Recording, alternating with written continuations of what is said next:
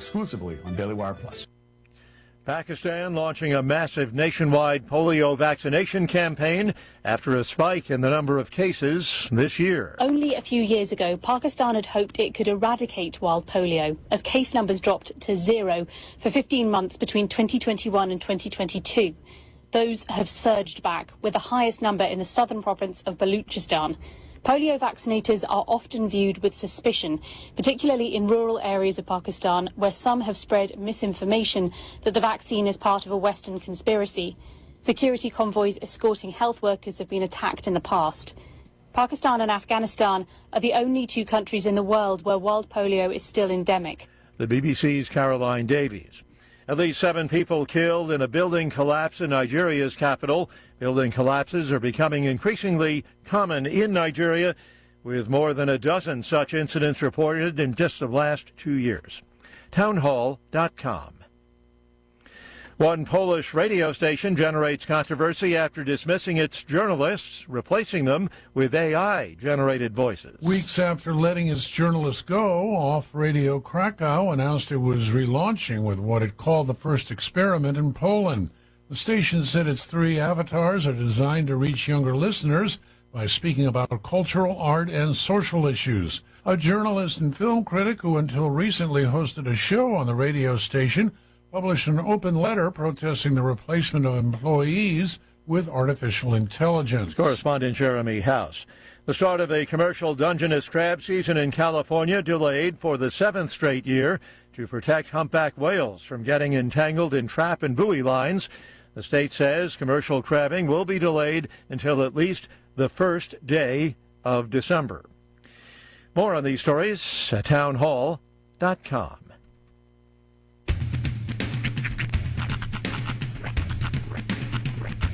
What in the wide, wide world of sports is going on here? I promise you, whatever scum did this, not one man on this force will rest for 1 minute until he's behind bars.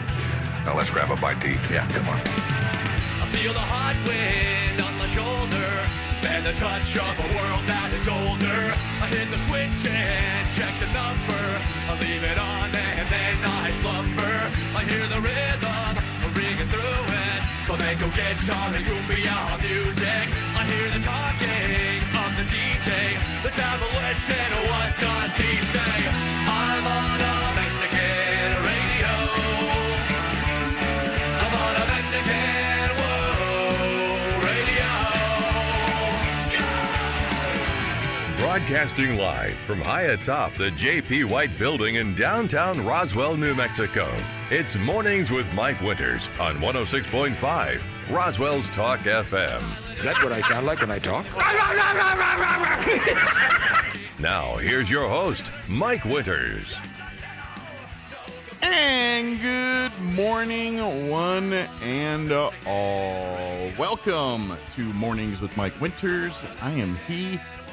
That would be me, Mike Winters. Happy Monday, everybody. No such thing. I know.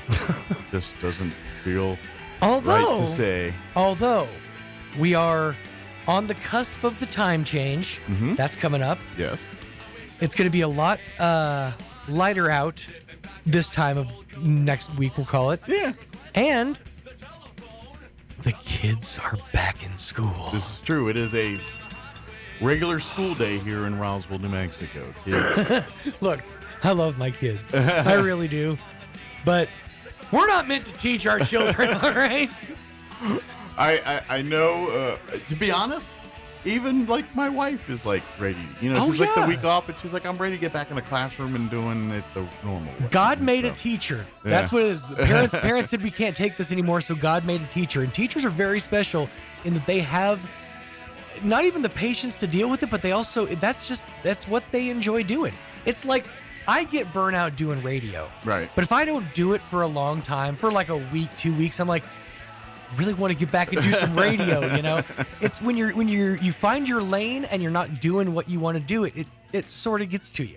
Yeah, you should see after the week of withdrawals, he's in the shower using the soap as a microphone, talking. I was doing that, yeah. He's got the kids sitting in the room, steamed up, just listening to his show. Soap on a rope, cutting promos. It's kind of funny. He's like, I said call in to win. Nobody ever called. But happy Monday. Yes. And I do want to kind of, we kind of had a lot going on here from our side of things here. And I just kind of, for folks that are praying folks out there, or folks that do follow, I ask that you throw in, actually I got a few prayer requests for you. Our boss, Gene Dow, had a medical episode yesterday, and he is currently in the hospital. Obviously not doing his show this morning.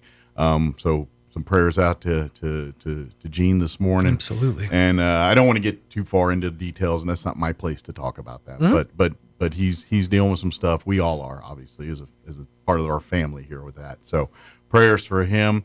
Also, want to throw a special prayers request out to one of our longtime listeners and been on the show 100 times. Of course, I mean, artist Greg Birch. Yep. He's going through a medical procedure this morning as well. Yes. And so thoughts and prayers out to Greg, and we're excited for the positive changes that will come from that. Absolutely. So good stuff there. But yeah, it's been kind of reeling and I'm going to tell you, yesterday afternoon got very just what happened. It was kind of surreal for you, right? Yeah, it was just because how it all happened at once. Yeah, and let me peel back the curtain a little bit to tell the whole story of the day. Okay. Thing. So the day started where Kim and I were going to go meet Crystal and John out to do some shooting. Yeah. And because Kim wants to, so she had John out there showing her some. She wants to get more comfortable with her firearms. Sure. So we were out doing that. Had a great time. Did some shooting. Of course, I'm not feeling well because I've got the Ozempic Sunday. That's what happens on me on Sunday sometimes. And so I just kind of chilled back. But then we got back in time to watch the Commanders and Bears game. And so I'm watching my game, doing my thing, and then it gets to late in the quarter, and that's when I get a call explaining what's going on with Gene, and so I'm like, oh man, and so the immediate thing is make sure the Cowboys game gets on there. So which I appreciate the commitment that our boss has. Yeah. But it's just like I feel like those priorities should have been placed differently. That being said, I appreciate it. Yeah. But so I was in this and right at this time, it was also the time when the Bears were rallying in the Commanders game, and so I go out. I'm going to make sure the Cowboys game's going. I'm actually texting back with Sean because I'm doing listening. He's got the actual equipment that actually can fix things. So we're trying to navigate that. And so I came back in. I see the Bears score. I'm like, oh man. I was like, yeah, they're going to lose this one. And then I sit down, and my head's more on other stuff than the football game at that point. I kind of chalked it up for a loss. All of a sudden, I get a text from Crystal. That play was perfect. I'm like, what is she talking about? The Bears just scored the touchdown, man. I'm literally sat down. Right. Apparently, my TV or whatever was kind of a minute or two behind wherever she was watching. And and then so I'm sitting there like, yeah, I guess. And then it dawned on me as I'm watching the end of the game where it's like 20 seconds left and Washington's doing a Hail Mary. I'm like, oh, wait. Is about to happen what I think's about to happen? And Crystal kind of clued me in. And that's sort of the pain of the pain of a spoiler, but also the joy of it. You're like, oh, I have something to look forward to. And then all of a sudden, I'm like, because I'm thinking this game's over. And then it dawned on me in that moment, maybe she's talking about a play I haven't seen yet. And then I'm like, ooh, let's see what this Hail Mary does. And sure let's enough, see where this goes. And sure enough, they score this crazy Hail Mary and win the game, and it was just insane. But yeah, it was all, and of course my head's really with what's going on with Gene, but then this is going on, and I'm like, Chris, it was just this weird everything coming at you all and at so once. at the same time, I'm like, I kind of want, but I can't, I gotta, So it was just Mike's like, and that's why I don't do LSD anymore. I'm like, man, you're like hit me with there's a roller coaster of emotion all at once. It's just. Jeez Louise. But it was just and then granted, I'm like, there's still small potatoes compared to what's going on, but it was just wow, the timing on this was very wow. Oh yeah. No, I came here yesterday after we did a couple of the trunk or treats. We came here excited to do some tracks, and I left here. We went to the store to grab some stuff, and we were all the way up north when I got that call. So I came back down to get the computer, and as I was driving towards the house, that's when I heard the Cowboys game come on. Yeah. And the announcers for the pregame of the Cowboys game, one of them said, 5 minutes beforehand, I had called it for the Bears. Yeah. And then out of nowhere, the Commanders came through to DC's beat. going insane right now. Oh, yeah, I bet.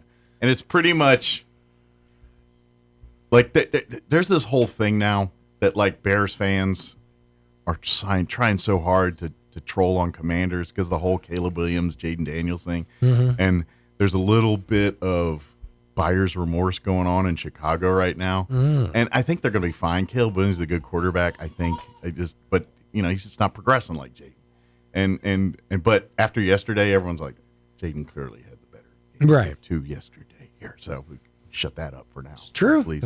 And now they're all like, fine, y'all can have rookie of the year. That's the day. I mean, it's really, it is so trivially petty. It's laughable what these people are doing. It's like, man, these are adults? I hope not. Good Lord. But anyway, sorry. I got sidetracked on that. But yeah, it was just a crazy, and DC's just going nuts right now. You don't understand it's the sleeping giant has woken. Like when you talk about fan bases in football, Washington back in the heyday when they were winning Super Bowls is right there with Seattle's 12th man. And it was the loudest stadium in the NFL. It was legit a rough place for visitors to play. Oh, yeah.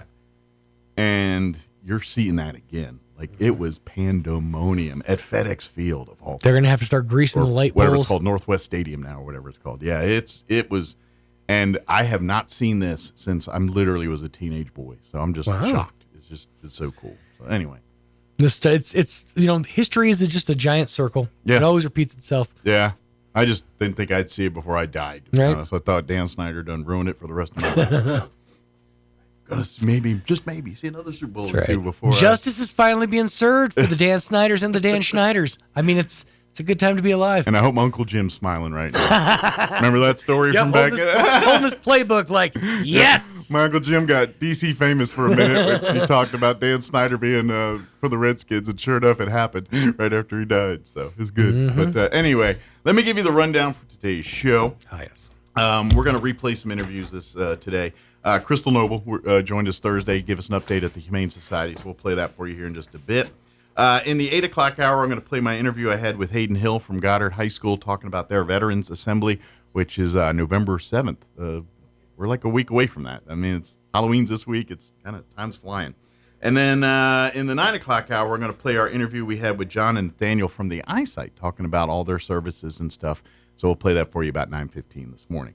Plus, we'll also have all of your features that include newses and stuff. Hopefully that'll work right. Like we're having also some computer issues. It's a whole nother, it's when it rains, it pours around here. So that's been ornery with getting some of that. So hopefully we'll have all that. Looks like everything's kosher at the moment, but that could change. And of course, whatever else we can come up with for today's show. But first, let's get you up to date on the weather.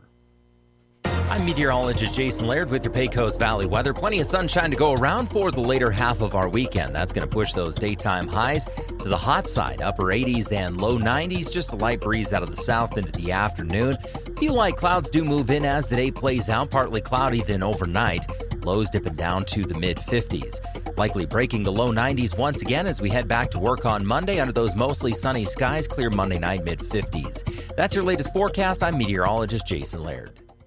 Thank you, Jason. Currently 57 degrees here in Roswell. Humidity is at 45%. Winds currently out of the south at 9 miles per hour. Warm one today, 91. Our expected high under sunny skies today. South winds 10 to 15 miles per hour. For tonight, 54 for an overnight low under clear skies. South winds 5 to 10 miles per hour.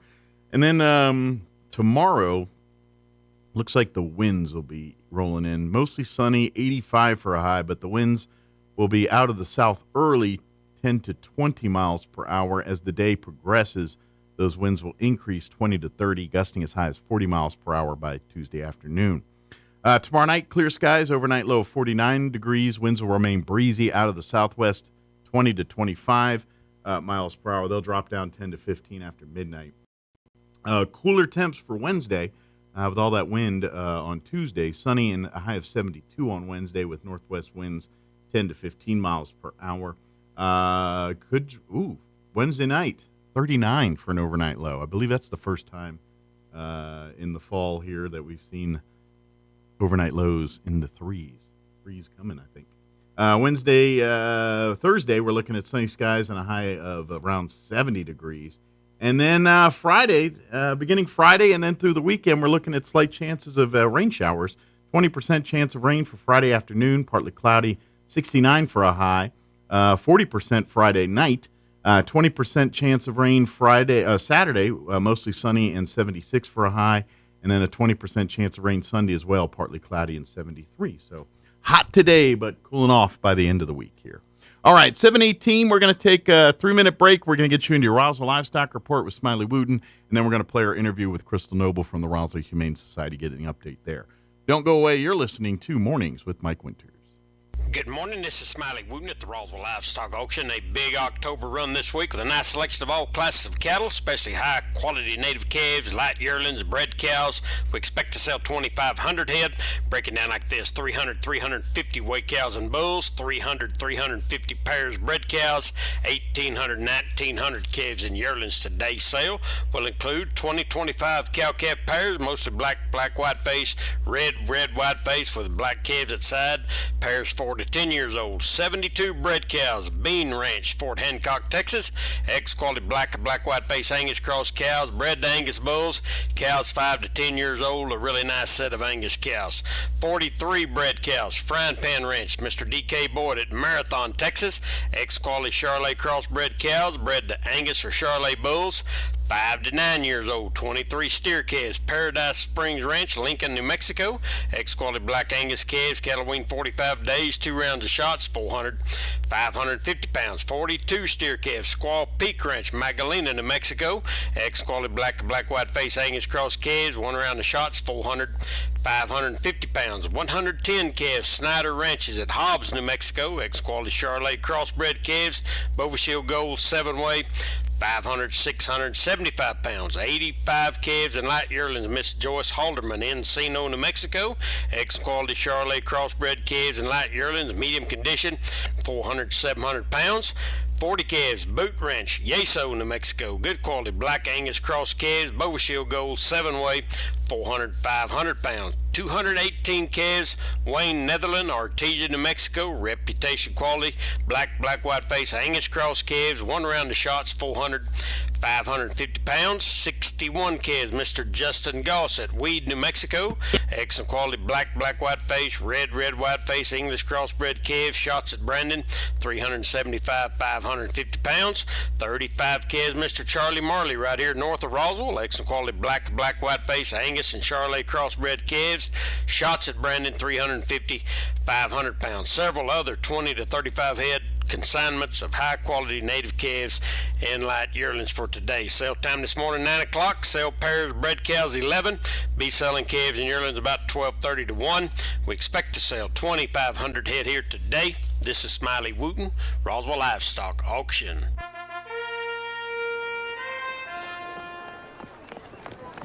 You there! What are these? My glasses, Your Highness. They're incredible. Who made these? The eyesight in Roswell. Or was it Hobbs? Or maybe Carlsbad. So well crafted and stylish. So the eyesight thinks they can challenge my throne with their quality eyewear. Actually, Your Majesty, I got 2 pair and an eye exam. It was so easy. I did it during my lunch break, and they even took my insurance. Lunch break? Who gave you a lunch break? Human Resources, Your Majesty. Silence! I'll get you eyesight! The Eyesight, now accepting new patients 5 and up in Roswell, Hobbs, and Carlsbad. 3 locations? Clearly the best in sight.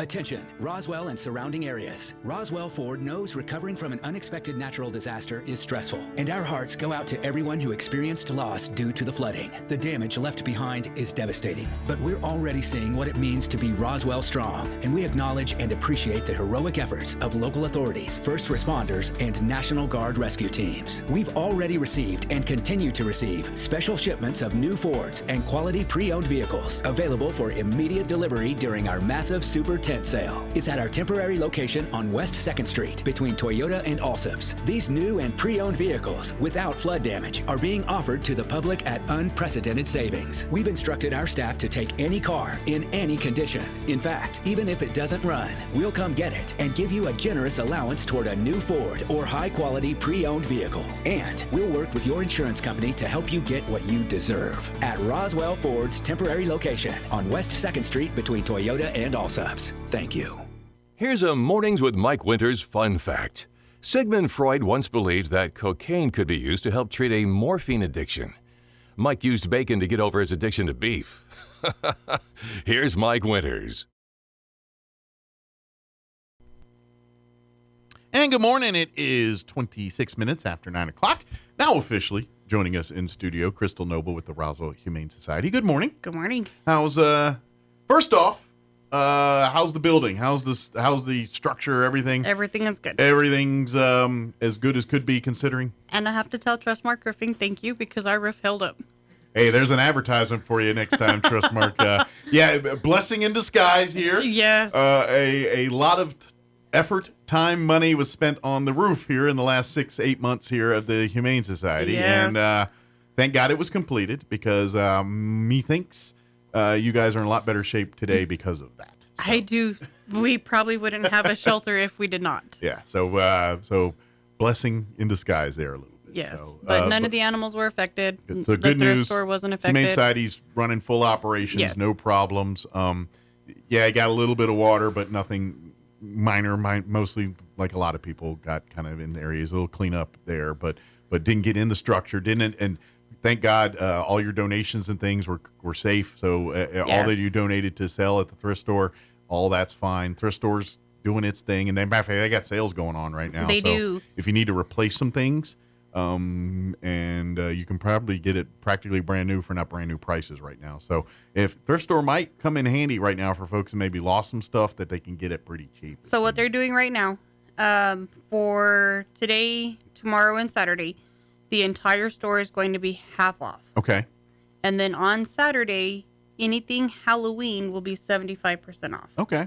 I know with all going on, Halloween is coming up here. Yeah. And I know a lot of trunk and treats and stuff have been kind of put on hiatus here because of the stuff going on. But, we're still going to have fun. I imagine there's still going to be trick-or-treating. Church and stuff will do what they can. And I think Texas Roadhouse is still doing theirs because I volunteered to go do one for them. Excellent. I know Fox or Galbraith has one planned. I haven't heard that they're not. So I think there's still stuff. It's just, with the flooding, it's not as prevalent as years past. Right. So. And also next week for the thrift store, for Wednesday, Thursday, and Friday, they will be closed because they're going to be getting the store changed over into Christmas Wonderland. Excellent. Because on November 2nd, we have our Christmas for the Pets. That's your annual event. You can come. Yep. If you want to do Christmas cards and get pictures with Santa and the cats and the dogs, probably more dogs than cats. I don't think we have Santa this year to do Santa. photos. We have Rollo. He's going to play Christmas music during that stuff. But we can get to do all that stuff and kind of get. I think what we're going to try to set for next year, because this year kind of just it came up a little faster, is we're going to try to find a Santa because the one who used to do it, unfortunately, passed away. We lost. Yes. So we haven't found a replacement Santa that fits the suit just right. All right, all you. And if there's because I know we have a collection of people that Santa season hits and they got their Santas and they go all over. Yep. Humane Society could use a Santa right now. Like you said, you got a suit, but sometimes these folks have their own Santa suits and everything. So, but if you'd like to volunteer your time to help out the Humane Society, we would love to have you because, like you said, we've lost our longtime Santa. Yes. So we have an opening, but we do have a suit if you can fit that one. But I know some people that are Santas. A lot of people that play Santa have their own specific suit. So if you feel that you would want to sit around and hang out with us and have people bring their photos in to take pictures with Santa. It's different. Usually you have kids on your lap. Now you have dogs and cats and a few grown-ups. Instead of screaming kids, you got like dogs like side-eyeing you. Yeah, you might have a few grown-ups too, but mostly dogs and cats. We all have an inner child. That's right. Well, and you might be thankful because depending on the dog or the cat, they might want to put the owner in your lap and put the cat in their lap because the cat won't be in your lap. You know what I mean? Because that cat only likes that lap instead of your lap. Yeah. You know? So we are we do want to get back to doing that. We just haven't found somebody that would Santa up for us. So we're putting the call out. If anybody wants to help, we can use you as little as here next month for this year's Christmas showcase and everything. And by the way, too, they usually do discounts on Christmas decor, gifts, ideas, new stuff that they kind of. So basically, anything that came in like completely brand new that they thought would be like good for Christmas time, they've set aside. Yeah. And then they're going to pull out all the Christmas trees, the Christmas ornaments, the decorations, and try to make it an early Christmas wonderland. And families out there that are celebrating your first, maybe you're a married couple and this is your first Christmas together, for the love of God, please go to the thrift store to buy Christmas decorations. You go to the big box stores buying it brand new. Next thing you know, your whole Christmas budget is blown on a Christmas tree and some lights. Go to the thrift store. You can get all that for pennies on the dollar. Where you're paying hundreds of dollars for a Christmas tree, you can get one for probably $20-$30 at the Humane Society. That's just as good as that $200 tree you bought brand new, or $400 tree, or thousands of dollar tree. That sometimes some of them trees get real expensive, like real expensive. And to be honest, from time to time, those come across the Humane Societies. Because someone will have it, and then how people are. They get a new tree or something. I didn't like that one; it's too whatever, and then they get another one, and you benefit from that, and they bring them to the Humane Society. And so some of that stuff's brand new, still in box, never used, or maybe used one Christmas. But we have one lady that changes her Christmas theme every single year. So she buys new, and then she donates all her stuff. That's amazing. Yeah, I like that. So she buys brand new. Love that. That's and great. And then after Christmas is over, she boxes it up and brings it down to us because she knows the following year she's going to change her style. Well, I'm glad that she might seek help. Maybe some counseling, but I'm so glad that she does the way she does it. Yeah, I feel like there's something going on in the id there that you got to change it. But anyway, so conversely, if you're just one of those people that go all out on Christmas and you're collecting it and hoarding it, you probably know this, but the thrift store, really, you're going to save so much money. You're spending enough money on Christmas as it is. So those. Okay, and I call them creepy. They're probably not to everybody else in the world, but those creepy Santa statues that a lot of the older generation likes to collect? Yeah. So they set all of those creepy Santas aside, too, for the collectors that like to come here and look for them. Well, and I'm anytime there's decor in human form, you know what I mean? Like any decor that's of humans. I don't care if it's Halloween stuff, Christmas stuff, little pouting boys in the corner stuff. I don't care. It all creeps me out. I do not like human form decor. I'm not a doll fan. I never was the Barbie girl. Yeah. But I'm in the minority there. So but if you like those specific type statues, the Santa statues, they save them all year round so that way they can put them out. And believe it or not, they've had some pretty antique-y ones come in. Yeah, I'm sure there's value to them. Yeah, get collectibles in there. Yeah, they're worth a lot of money. And but if you're into those things, come by the thrift store at the Humane Society. They really have a lot of that stuff.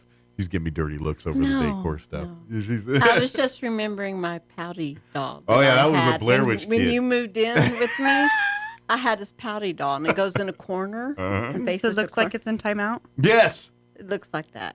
And Mike would call it the Blair Witch Kid. Because that's what I guess right around that time that Blair Witch movie was also popular. And if you ever seen that movie, that's how it ends for most people. They're in the corner there. So I absolutely love and adore scary movies and all hauntings and things floating across the room. I love all of it. Yeah. But you put a Raggedy Ann doll in front of me and I'm not having it because I know the true story about that doll. Yeah.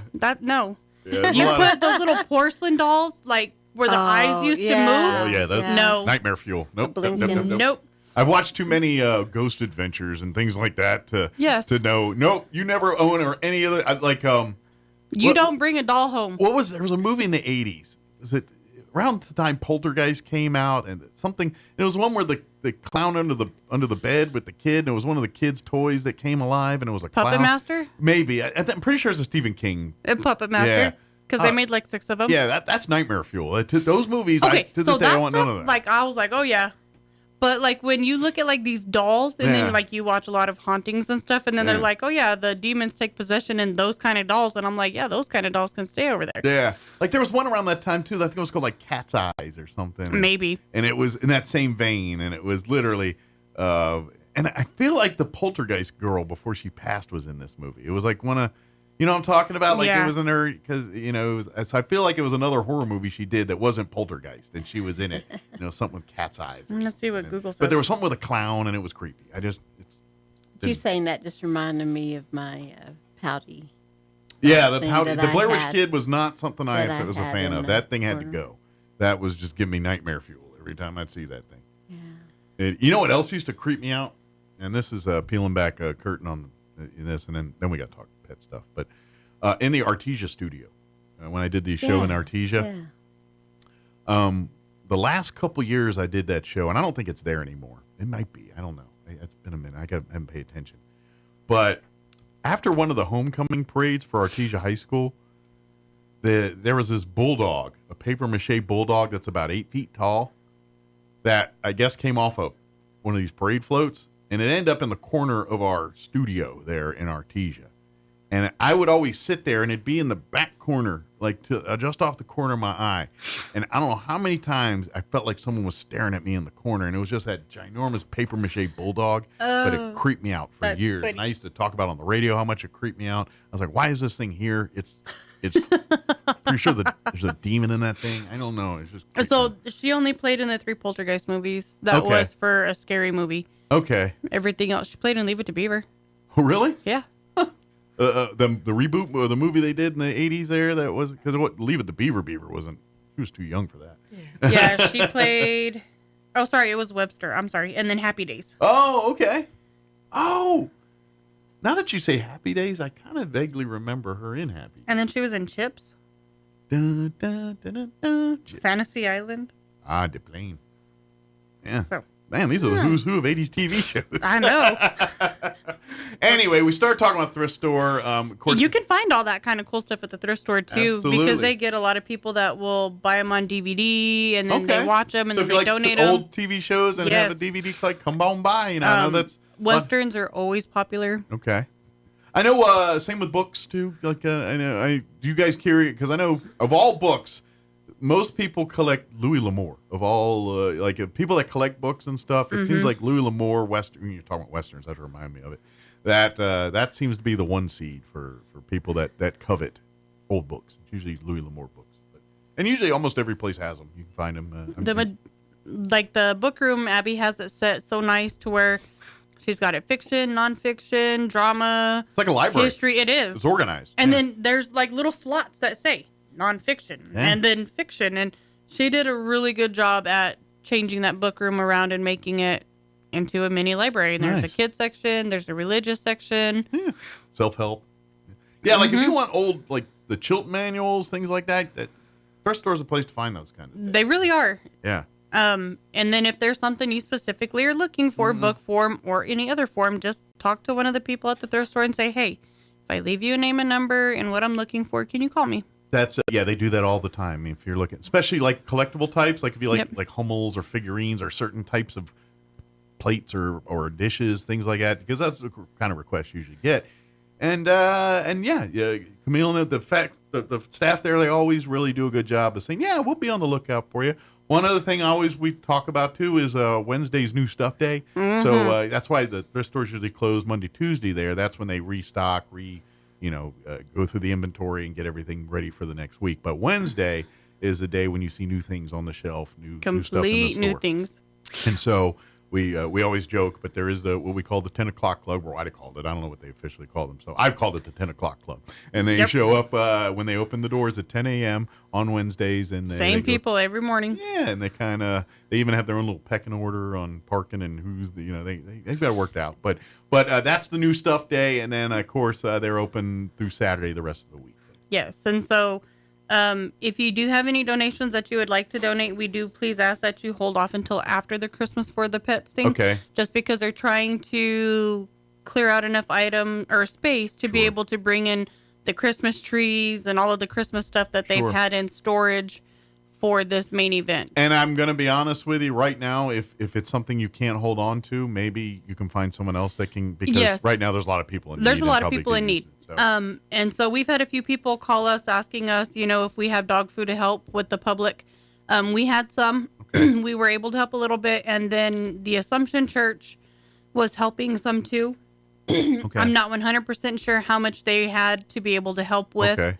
So how's your supplies for your own pets? Have we got enough? Our supplies are very good. But you could probably use, if you want to drop off dog food and litter, we can always take that. Cat litter is going to be the main thing right now. Okay. And don't forget, don't worry about the expensive, highfalutin, fancy litter that colors and tells your cat the whole life history and they pee in it. None of that stuff. Just straight up, almost looks like the cement mix bags. They really do. You grab that. That's just fun. They really do. I want to say thank you to the New Mexico Youth Challenge group. This past week, actually Friday, right before the rain, they brought us an entire trailer full of dog food. Oh, great. Yes.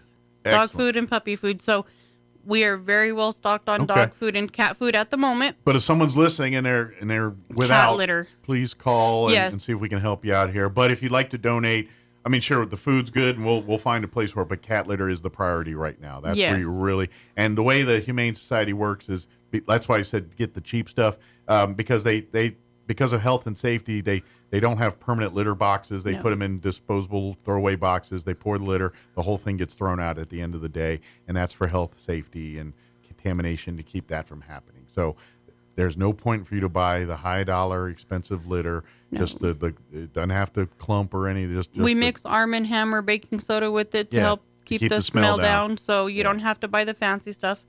You can go buy 50-pound bags of the cheap clay cat litter, Walmart, Target, Tractor Supply, all those places. They're going to sell it, and it's like $5-6 for a big bag. And that'll be very helpful. And that would be very beneficial and helpful right now. And then one thing that people do not realize, if we do have another scenario where we are flooding again, plain cat litter is the best thing to put around your doors if you don't have sand litter. It is absorbent. Yeah, it is. And it will create a barrier. Yeah. And unless it crests that barrier. Does some of your litter go to that purposes? Some of Roswell Seeds litter went to that purpose. We had to go for an alarm call, and I said, grab cat litter because our back porch is getting flooded. Absolutely, yeah. To be honest, if you're a handy person, it's probably not a bad idea to keep a bag of litter. No, and then if you have an oil spill or something like that, it absorbs it. Yeah, but just keep one handy, even if you don't have cats. They're good to have around. They are. But and then of course, adoptions. How are we there? We've been actually quite busy this past few weeks, minus Saturday's events and stuff. We've had a lot of people calling in, telling us about their missing animals. If you have photos of them, send them to us over our Facebook page. We'll share and so that way we can share them. We have over 6,000 followers, and they're going to get to see it too, and they can share it as well. Mm-hmm. Check with Roswell Animal Services. Check with us. We've been sharing as much as we can from both you guys on some of that. I know Animal Services put up a post yesterday, I believe, about some of their situations. Unfortunately, because of the recent events, ask if Animal Control has received a call to pick up a DOA animal. Okay. That means dead on arrival. Yeah, and obviously with the flooding, yes, they take it. A flux of those right now. They do write down the location that it's picked up, the description, if they have a call or a tag, and I do believe that they're supposed to scan it for a microchip prior to. A lot of animals have been lost because of the flood. But at least you get closure at that one, Right. And so obviously it's not the outcome you're hoping for. But please, if you're and let's face it, now that we're the farther we're out from the event, the more likely you finding it gets decreases. Yes. It's no different. It's just facts. And but. Maybe that's at least you can find closure and say at least we know we can stop looking and move on. But yeah, that if you're not having luck, that might be an avenue you need to pursue. And if you were affected by the storms, like flooding or any part of your household items that were damaged, go to the thrift store, talk to Camille.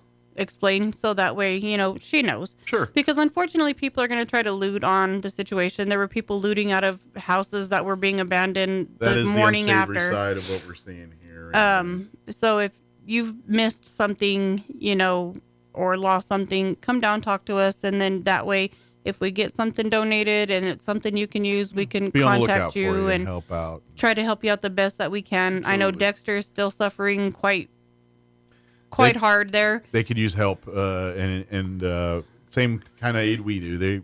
I'm hearing reports that there's structures in Dexter, Hagerman too. Almost everyone has been impacted in some way, shape, or form by flooding or storms here. So. And I know the city councilmen are forming like cleanup crews where people are volunteering to go help clean up. If you have even if it's an hour and you can go help, we need to come together as a community to help. Social media has been a good thing. I've seen a lot of just private people or even like, Carrie Moore Health Council, and they say, hey, we need a crew of 5 over at this address, or people saying, hey, I need some help at this address. Can you help out? Yeah, if you have the means and the time and the ability, please do that. That's how we get through this stuff. And that's the stuff. And that's how we overcome the other crap we were talking about. For every unsavory person taking advantage of it, we get 1 or 2 people doing the opposite. It's going to overcrowd that and wash that out. So please help your neighbors, help your friends the best you can. Get involved in any way that you're able to. Yes. And I get it. We're all in our own parts, but if you can help in one way, that's amazing. And you'll find that where you need help, you'll find your neighbors helping you too. So that's what we do here. Keep doing it. And the Humane Society is willing to help in any way, shape that they can. Yes, like I said, we're limited on what we can give away for foods or for food. Sure. But we will, offer whatever help we can. And if we don't have anything we can help you with, we will find out where to get you some help. Absolutely. Put you with Retouch or other resources because we do have, other resources. A lot of churches in town are doing stuff. I know St. Andrews do a lot with their pet pantry they stuff. do. I don't know. I haven't got any stuff? updates if they're doing anything different right now, but I also have not gotten any updates if they were affected by it at all. Sure.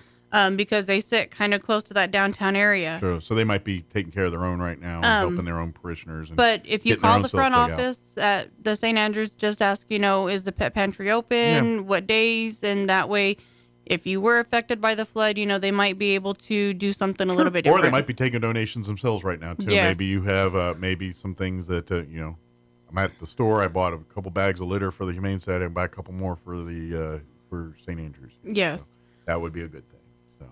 But as far as adoptions, we are adopting. If you are now, remember, we're still in that Halloween window, which means all black and all white cats. They are still in quarantine until November here after the Halloween holiday. And that's for other reasons here, but we're in the middle of that still too. Yes. So just be note if you do. If you go to the Roswell Humane Society's website, which is roswellhumane.org, there, if you want to donate or see or get involved, you'll find links to do all that. But you can see every pet that is calling the Humane Society home right now. If they have not available on the picture next to it, that means they're in quarantine because of shots or weight, or they're black and all white right now or something like that. But you can still see them and read about them. And then when they come out of quarantine, you can call and ask too and say, hey, I saw little Tabby there and I love that cat. And, when's it going to be available? And then you'll give them all that information and stay abreast. And that, to be honest, that's a good indicator for your staff. When someone's checking in and want that means that they want that pet. There's a love, there's a desire to have that. And that's exactly what you guys are wanting, is people that want these pets to be a part of their family. So that's kind of a good indicator. It's like if you're caring that much, then we're pretty sure you're going to treat this pet the way that we hope you would treat it. A lot of people ask if it says not available, if that means that they're in the process of adoption. No. Not at all. So when we have an animal in the process of adoption, it stays on the website until we finalize the adoption. And then it's gone. And then we take it off the website, just because there are, instances where things happen and, something come up and they can't finish the adoption because personal reasons. Sure. So, or something happened like a flood and then they said, well, now I don't have the ability to adopt. Yes. So we leave them on there until they are officially adopted. When we have the contract signed, then we take them off. But the not available just basically means, like you said, quarantine time for vaccination purposes, medication, if they came in needing some treatment, or if they just don't weigh enough to go. Yeah, if they're puppies or kittens and they're just not mature enough to be out, then they're going to stay under the care of the Humane Society until they are of that age or that weight to do that. Yes. Yeah. But you can call, you can ask. There's underneath each animal, it says ask about. You can email me and then I can tell you what we know about that animal. Absolutely. So as far as animals and type, how the dogs, how the cats, what kind of numbers are you looking at right So my cat room is not completely full, but that's because we went through a little bit of ringworm stage. Okay. So I had to put a halt on stuff coming in. Sure. Again, health and safety is always priority one there. Yes. So I don't have a plethora of cats. I have a lot of cats waiting to come in. Okay. That we'll start doing slowly now that, it's not spreading to nobody and it's isolated Got to just everything one. handled, and yes. we're confident that they're not going to But get sick when they dogs come here. are very over. We have dachshund puppy mixes, and they're going on 4 months old. We have 2 older Shih Tzu mixes. They're about 7 years old. So good, some smaller dogs. Too. Okay. We have a couple of Shih Tzu poodle mixes. A beautiful terrier. She's probably about that tall, that wide.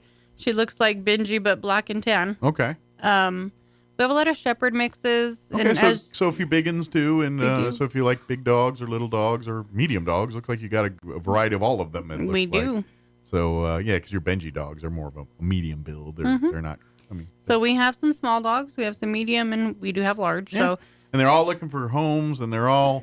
And I know times are crazy right now, but I know during this time of year, now that the weather's a little more cooperative, if you like to volunteer to hang out with the pets and things, yes, to get and walk dogs. Yeah, this is the greatest time of the year. Still doing all that right because the weather is not too hot in the afternoon. Yeah. The park is still a little soggy. Yeah, I was say it might be limited on your places to go right now. So but the park is still a little bit soggy, but I think a couple more days of sunshine and it should be not so soggy and more park like again. Yes. But we actually had a couple of younger kids come and say, hey, I'm out of school. Is there something we can do to help? So nice. It's nice to see the younger generation trying to step up and be a part of the community and help. We love it.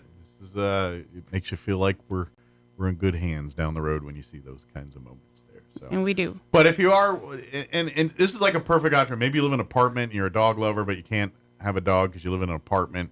This might scratch an itch a little bit. You come down, roll on the floor with the dogs and hang out or take them on a walk. And every time you're doing that with these animals, it makes them more people-friendly, and actually kind of makes them a desirable pet that a family wants to take. Because they've been exposed to a huge variety of people and showing them that, not everybody is stranger danger. Exactly. Yeah. And then, hey, this is this dog work with all the kids and everything. And it's really you being human with the dog and playing with the dog and doing all that stuff. And I always, and since we're talking this, I want to throw that caveat too. When you do come down to adopt a pet, please remember you are seeing them in probably their worst state. You're going to see them where they're stressed, depending on the barking and everything else. They're in an environment where you're not going to see their full personality. Right. We had a lady that came through yesterday and she goes, they just all seem so excited and she goes, I don't want to say vicious. She goes, but kind of vicious. I said, so that's each one of them competing against each other to lure you to their kennel so you can look at them. I said, they're just trying to do it for attention. Yeah, they're just trying to get it. And so you really, and that's usually what we do is once you find a pet, they'll take them. There's a room that you and the pets and the family can kind of meet and greet and kind of get to know each other a little bit away from the barking and all the other stuff going on. And so that's why if you do see a dog or whatever, and so if you do and you see that dog, I love that dog, but it looks so quiet in the corner, not doing anything. Get it in the other room and let it blossom for you a little bit. And just remember. And one of the other things that people always ask us, what are things that we could use for donations? Mm-hmm. Kong dog toys. Okay. The pupperoni sticks, because we break them up and we stick them in the enrichment toys. Okay. To get them to use their brain. All right. So pupperonis are pretty popular. Pupperonis are really popular, and then any of the hard Kong toys, because we get a lot of dogs that do get bored, and we try to fill them with stuff and freeze it and give it to them. Most of these pets have nothing but time on their hands, and idle hands. That's the stir crazy. This is so you're actually helping with their mental health as much as anything else. Anything, we try to refrain from any of the bone type things, just because choking hazards. We're not there in the nighttime and they're not that easy to sanitize. Yeah. So to be honest, any of those white bones you see at the store, they're generally more harm than good for pets. I would steer clear of them anyway for your own personal pets. They're much better healthier and safer options for you out there. But that being said, so if you do buy those, please, the Humane Society will not use those. They're not deemed appropriate for the pets. No. So we just try to stick to like the pepperoni type things, the hard Kong toys that we can stick stuff in. So, when they're banging it around, they get a reward that knocks out of it. Yeah. Any enrichment toy like that, those are things that, we could really use to help with the shelter. Absolutely. So please, that's a great way to help out if you want to donate here. And again, kitty litter is the big one right now. Again, cheap stuff, nothing fancy, nothing expensive. Yep. The stuff that literally comes on the pallet in those big boxes that look like something that concrete comes in or cement comes in, cement mix comes in. That's kind of what we're talking about.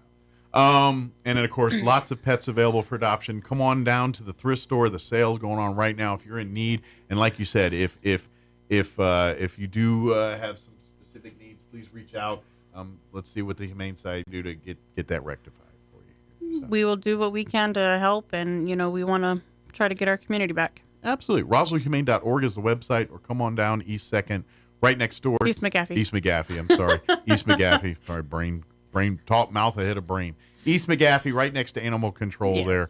Come on by and check out the pets. And don't forget Wednesday's New Stuff Day. So and then Thursday. This Saturday, all Halloween 75% off, and the store is going to be half off this entire week. Absolutely. And then gear up for Christmas right after that. Yes. Good deal. Well, thank you as always. Thank you. Glad you guys are doing good. Yes. And holler if you need anything. We'll see what we can do. Thank you. All right, 9:56. Let's take a now for your Pecos Valley news update. I'm Jared Sorello. The city of Roswell is continuing to work to clear debris from last weekend's massive flooding. The city said Thursday that people should keep vehicles off the road in flooded areas and do not place large items in trash containers. Instead, just place the items along the curb at the street, not in the alleyway. Also, materials placed out for curbside pickup must not have any overhead obstructions and have a clear radius of 8 inches around them. You'll pay more for traffic citations in Carlsbad. This week, the Carlsbad City Council voted unanimously 7-0 to increase fines by $40 for 14 various traffic offenses.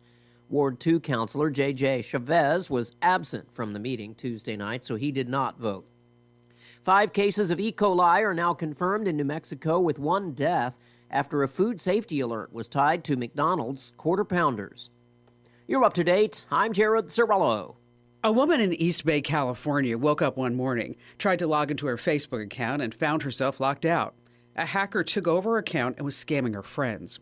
I'm Kim Commando for Total AV, the award-winning antivirus software for just $19 a year right now at protectwithkim.com.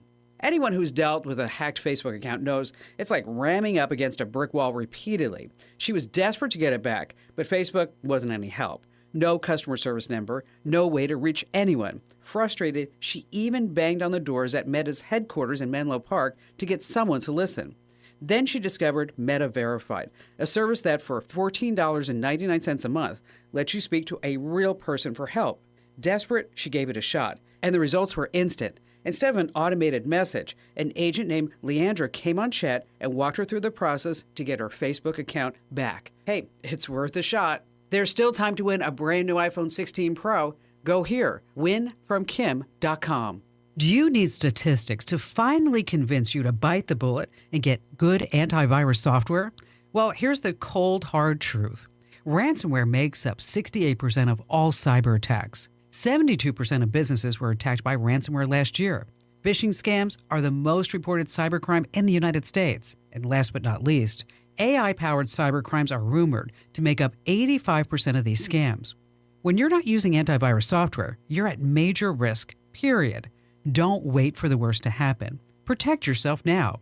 My pick for antivirus security software is the award-winning Total AV. Go to protectwithkim.com right now for protection that's just $19 a year. You get antivirus protection up to 5 devices. Go to protectwithkim.com before it's too late. You don't need to be a victim. Go to protectwithkim.com. You'll get great antivirus software at 85% off. That's protectwithkim.com, protectwithkim.com. I'm meteorologist Jason Laird with your Pecos Valley weather. Plenty of sunshine to go around for the later half of our weekend. That's going to push those daytime highs to the hot side, upper 80s and low 90s. Just a light breeze out of the south into the afternoon. A few light clouds do move in as the day plays out. Partly cloudy then overnight. Lows dipping down to the mid-50s. Likely breaking the low 90s once again as we head back to work on Monday under those mostly sunny skies. Clear Monday night, mid-50s. That's your latest forecast. I'm meteorologist Jason Laird. It's time for the Chavez County Sports Report. Got some football going on over the weekend. Undefeated Dexter tonight playing their final regular season game. There are 9-0 overall. The Demons 5-0 in District 2 and taking on Hatch Valley. The Chili Peppers are 5-3. 2-2 overall. I know they're the Bears. NMMI playing at Hot Springs tonight at 7 o'clock. NMMI is 6-2 overall, 3-1 in district play. They do have another game at the following this week, unlike Dexter. Roswell playing tomorrow at Mayfield. This might be a good game. Roswell is riding high after beating Artesia on the road last week, 44-40. The Coyotes 6-1 overall, 4-1 in district. Gateway Christian 8-man football playing at Hagerman. The regular season finale, the Warriors are 5-2 overall, 3-2 in district play. The Sports Report brought to you by DSI. Call DSI for all your office technology needs. I'm Eric Butler at Roswell's Talk FM 106.5. With the Wall Street Business Report, I'm Bill Alexander. U.S. consumer sentiment climbed to a 6-month high in October as declining interest rates helped improve buying conditions for big-ticket items like cars. The University of Michigan's Consumer Sentiment Index rose to 70.5 this month, the highest since April, from a final reading of 70.1 in September. Striking workers' rejection of plane maker Boeing's latest contract offer has created a fresh threat to operations at aerospace suppliers around the country. If the strike by more than 33,000 U.S. Boeing workers persists another month, some suppliers may have to cut their operations. The McDonald's health issue has grown. Onions are likely the culprit in the McDonald's E. coli outbreak across the Midwest and some western states that has now sickened at least 75 people and killed one. McDonald's pulled the Quarter Pounder off its menu at 1/5 of its U.S. restaurants. For the Wall Street Business Report, I'm Bill Alexander in Washington.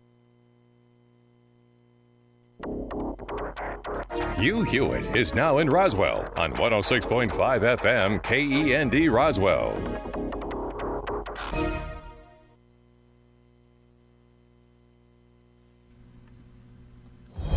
News this hour from townhall.com.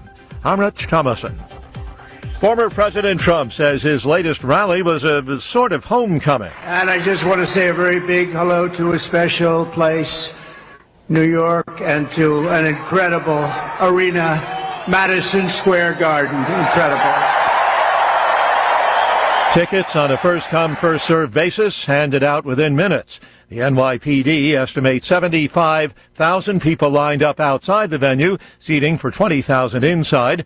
Our White House correspondent Greg Clugston in New York City. The famous arena was full hours before Trump took the stage, and thousands of people were turned away when the garden reached capacity. Outside, the sidewalks are overflowing with Trump supporters in red Make America Great Again hats and vendors selling all kinds of merchandise. There's a heavy security presence here with several streets blocked off in Midtown Manhattan. Greg Clugston, New York. And Mr. Trump's Democrat challenger stumped in Philadelphia. Kamala Harris sounding upbeat. Philadelphia is a very important part of our path to victory. And it is the reason I'm spending time here, have been spending time here. But I'm feeling very optimistic about the enthusiasm that is here and the commitment that folks of every background have to vote and to really invest in the future of our country. Confirming what the U.S. reported earlier, NATO now says North Korean troops have joined their Russian allies fighting in Ukraine. The North Koreans said to be on the ground in the Kursk region of Ukraine. The president of Egypt says his country is proposing a 2-day Israel-Hamas ceasefire. Negotiations now resuming in Qatar. Rally underway this morning on Wall Street. The Dow is up 275 points. The Nasdaq Composite Index ahead 106 points. More on these stories at townhall.com. Here's an important message from the Diabetes Solution Center. Do you like pricking your fingers to test your blood sugar levels? No one does, but it's important to maintain your health. And now, by wearing a small remote device called a continuous glucose monitor, or CGM, you don't need to prick your fingers anymore. It's easy to use and helps you make more accurate diabetes treatment decisions. If you are testing your blood sugar 3 or more times daily, injecting insulin, or using an insulin pump, call the Diabetes Solution Center right now. And if you have Medicare or most major insurance coverage, you may be able to get a new CGM at little to no out-of-pocket cost. Shipping is free, and we'll even bill your insurance company for you. If you are testing your blood sugar 3 or more times daily, injecting insulin, or using an insulin pump, call the Diabetes Solution Center right now to learn how to end the painful finger sticks and get your own continuous glucose monitor, or CGM, at little to no out-of-pocket cost.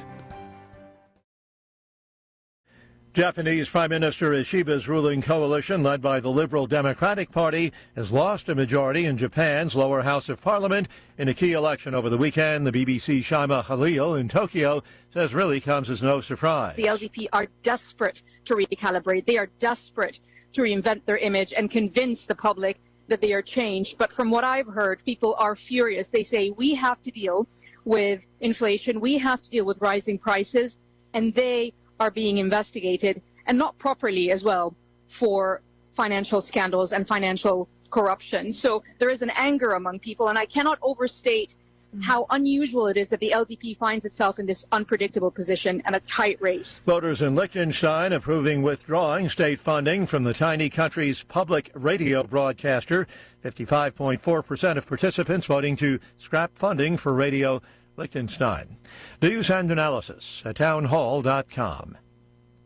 It has been dubbed the Great, that's Grate, cheese heist. Thieves with a nose for fine cheese have pulled off a massive cheddar ripoff in London. Neil's Yard Dairy said a con artist posing as a wholesale distributor for a major French retailer had taken off with around 48,000 pounds of award-winning cheddar. They then realized they had been scammed and reported the theft. The cheese is worth $390,000. The distributor, wholesaler, and retailer of British artisanal cheese said that the high value of the cheeses made them a tasty target for the thieves. Detectives at Scotland Yard and international authorities are searching for the culprits. Rika and Garcia, London. McDonald's says testing has ruled out beef patties as a source of the E. coli outbreak linked to quarter pounders.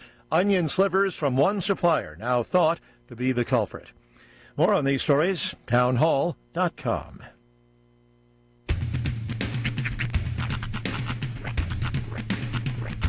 What in the wide, wide world of sports is going on here? I promise you, whatever scum did this, not one man in this force will rest for 1 minute until he's behind bars. Now let's grab a bite to eat. Yeah, come on. I feel the hot wind on my shoulder and the touch of a world that is older. I hit the switch and check the number. I leave it on and then I slumber. I hear the rhythm ringing through it. Flamenco guitar and cumbia music. I hear the talking of the DJ. The traveler said, what does he say? I'm on a Mexican radio. I'm on a Mexican radio. Broadcasting live from high atop the J.P. White Building in downtown Roswell, New Mexico. It's Mornings with Mike Winters on 106.5 Roswell's Talk FM. Is that what I sound like when I talk? Now, here's your host, Mike Winters.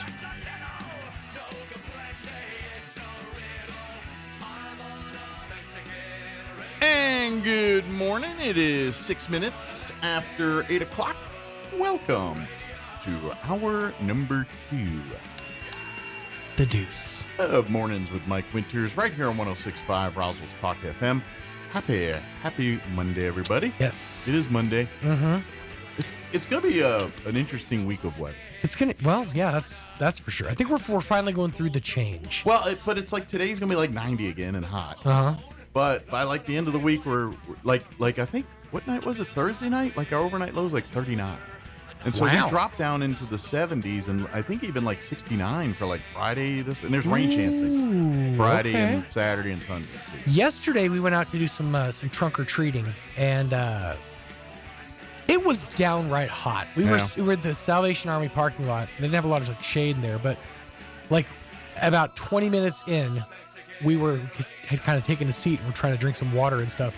Half of our party was like, we're leaving. It's just too hot. Well, I think if you do go trick or treating on Halloween proper, a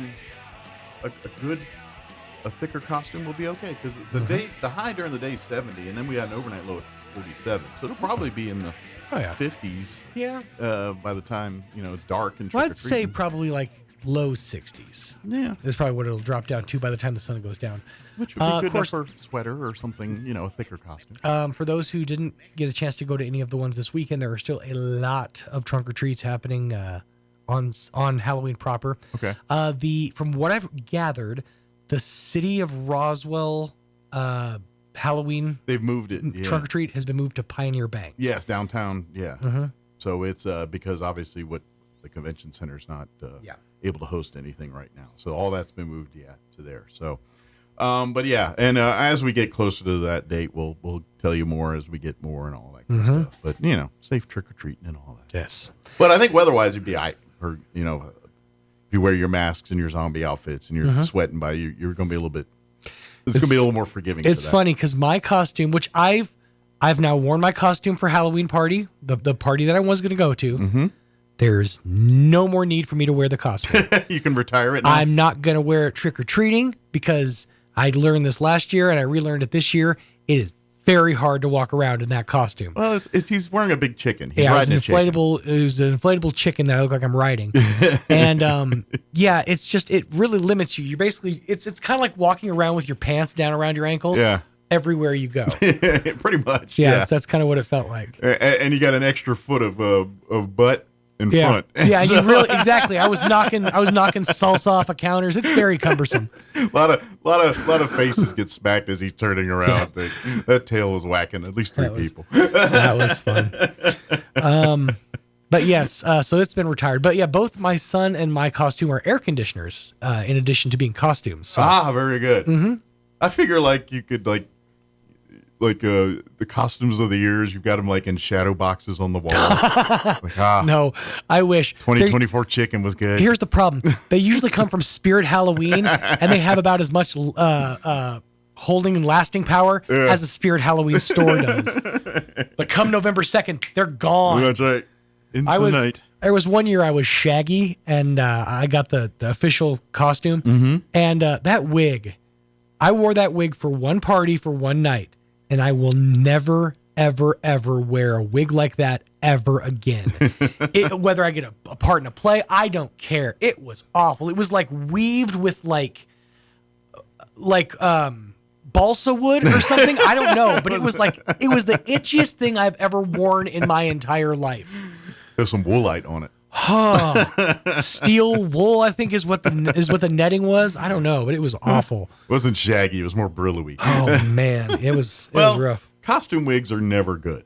Never. Yeah. When you ever buy the kit, now that's the whole social media. The washed up Coach kit, all those other. Whenever you buy those kits, that wig is always the worst quality. It's never comfortable. It never fits right. It never looks the way it's supposed to look. Like the guy in the picture never looks like that on your head. It never does. It never plays out quite like that. Speaking of hair or lack thereof. Okay, in the chat, yes, Ayana, I'm bringing the costume to Cruces. Okay, I'll wear it one more time. That chicken's gonna get one more use. Okay. Oh, that's a different party. But I gotta pack my chicken for this weekend. Okay, go ahead. But speaking of hair or lack thereof, so I bit the bullet and started watching that the Melendez documentary, not documentary, but the Menendez brothers. Yeah, it's not really a documentary. It's like the It's American Crime Story, essentially. Or kind of like that. Yeah. It's not that. It's a Netflix thing, so Right. it's not that the same people. But But it's actually is. It's Ryan Murphy is the guy is who it? made. So well, it's Ryan not Murphy, under that American Crime Story. Right. It's under Netflix. But Ryan Murphy was the guy who did all the American, like the original American Crime Stories. But it does film and it's very in that vein. Yeah. You know, and it's kind of. So I've been watching it, and the thing, I guess, because I didn't pay that much attention to the case. I mean, I knew of it, but I didn't know the. I think it's Kyle. He's bald. Lyle. Yeah, Lyle, I believe, and Eric. Yeah, Was it's the other one? Lyle. Yeah. That's the one. He was bald. Really? Yeah, like back in the like back when he was in his young, like they put the hair plugs on him. He had the whole, and that was part of the deal how he got outed, and then I guess those first months in jail, he was asking for all the product and everything to keep the hair all, and but yeah, he's now if you look at his mugshot and everything today, like the modern pictures, he's the bald guy. Okay. But yeah, he didn't have hair then either. From what I gathered, there was a lot of controversy on this specific series. Yeah. Because number one, it did bring the case kind of back to the light. They're talking about Kroll, and that's why they're back reopening in it. the lexicon here. But there's a lot of liberties that were taken in the making of this series. Like I'm not sure how deep you are into it. I'm about 3 or 4 episodes in, so I've seen enough. And I haven't seen any of it. Yeah. But the backlash is from a lot of them saying that they were intimate with each other on occasion because of the way their father was, that they, leaned on each other to basically they're close. At least in the few episodes I've watched. Yeah. They're close. I don't know if they don't, at least in the first part, they don't portray it that much. Because like it says that. it said, from what I've heard, at some point they do overstep boundaries. It does. There is that. Well, I mean, they killed their parents. There's a whole lot of overstepping boundaries here. There's a bit of a boundary break, admittedly. Killing your mom and dad, sort of a line step. Yeah, there's a lot of boundaries being already crossed. At least them is how they're hugging on each other. You know what I mean? It's just call me crazy. I mean, parental homicide. I feel like maybe that's a little step too far. I mean, it's just but it's and so but it's kind of entertaining. It's a lot. It's like it's a little of. It's a mixed bag because yes, these two did something heinous. Were they the level of abusement? I mean, I don't. It was basically it's the series can portray them in victims in some lights, and in other lights the monsters that I mean the thing's called Monsters. Well, if I remember if I'm right. I think that's the name of the series is Monsters. Right. But I will tell you this: it seems at least the way the series portrays it. Lyle is the alpha dog of the two. Eric is the more like Lyle feels like he's the protector of the two, and he's got to protect Eric. That makes sense. And he's slightly older, I think, and I think he's the one that, at least the way the series portrays it, because they weren't twins, right? No, they're not twins, but they do look a lot alike. And I think I think Lyle's a year or two older. Okay. Okay. But and so he kind of. And I think he was the initial, like he got the abuse first, and then, but here's what they're saying, and this is where I was picking up was Lyle was also abusing Eric too. Really? Like there was and that's where I think Lyle for a period of it, and Dad was kind of encouraging it. So it was kind of, at least this is how from their side, there's two sides to every story. Sure. But from the way this thing is portraying it, they kind of do it that way, but. At the same time, they kind of like it feels like there was the abuse, but I'm not sure that's why they killed him. I mean, it kind of like it feels like they just did something. They literally watched a movie, and that's what got inspired by it. They watched something called like the Millionaire Boys Club or something. I can't remember the name of whatever movie it was, but that's what inspired this whole murder plot that they did. And so I don't know. I mean, yeah, the abuse and stuff may be built, and that's probably why they're.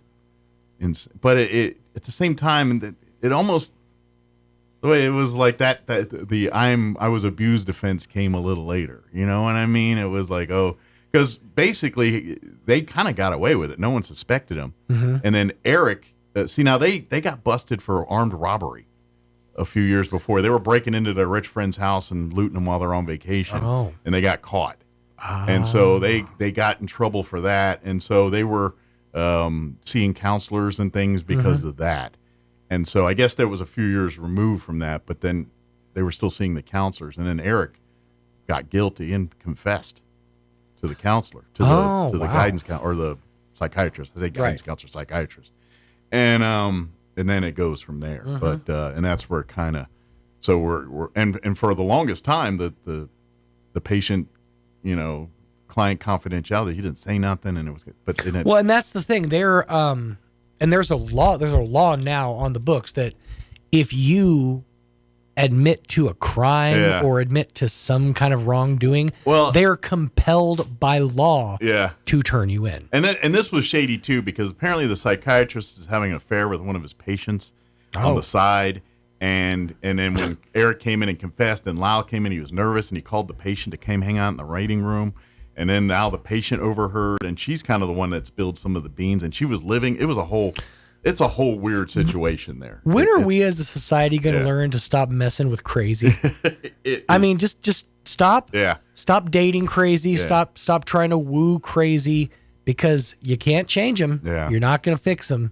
Stop doing it. So apparently and so literally there's a point where the patient is living in the house because they're fearing for the safety, and it's like, so literally the psychiatrist and his wife live in the house, and literally the patient / his side piece, the bear here. Yeah.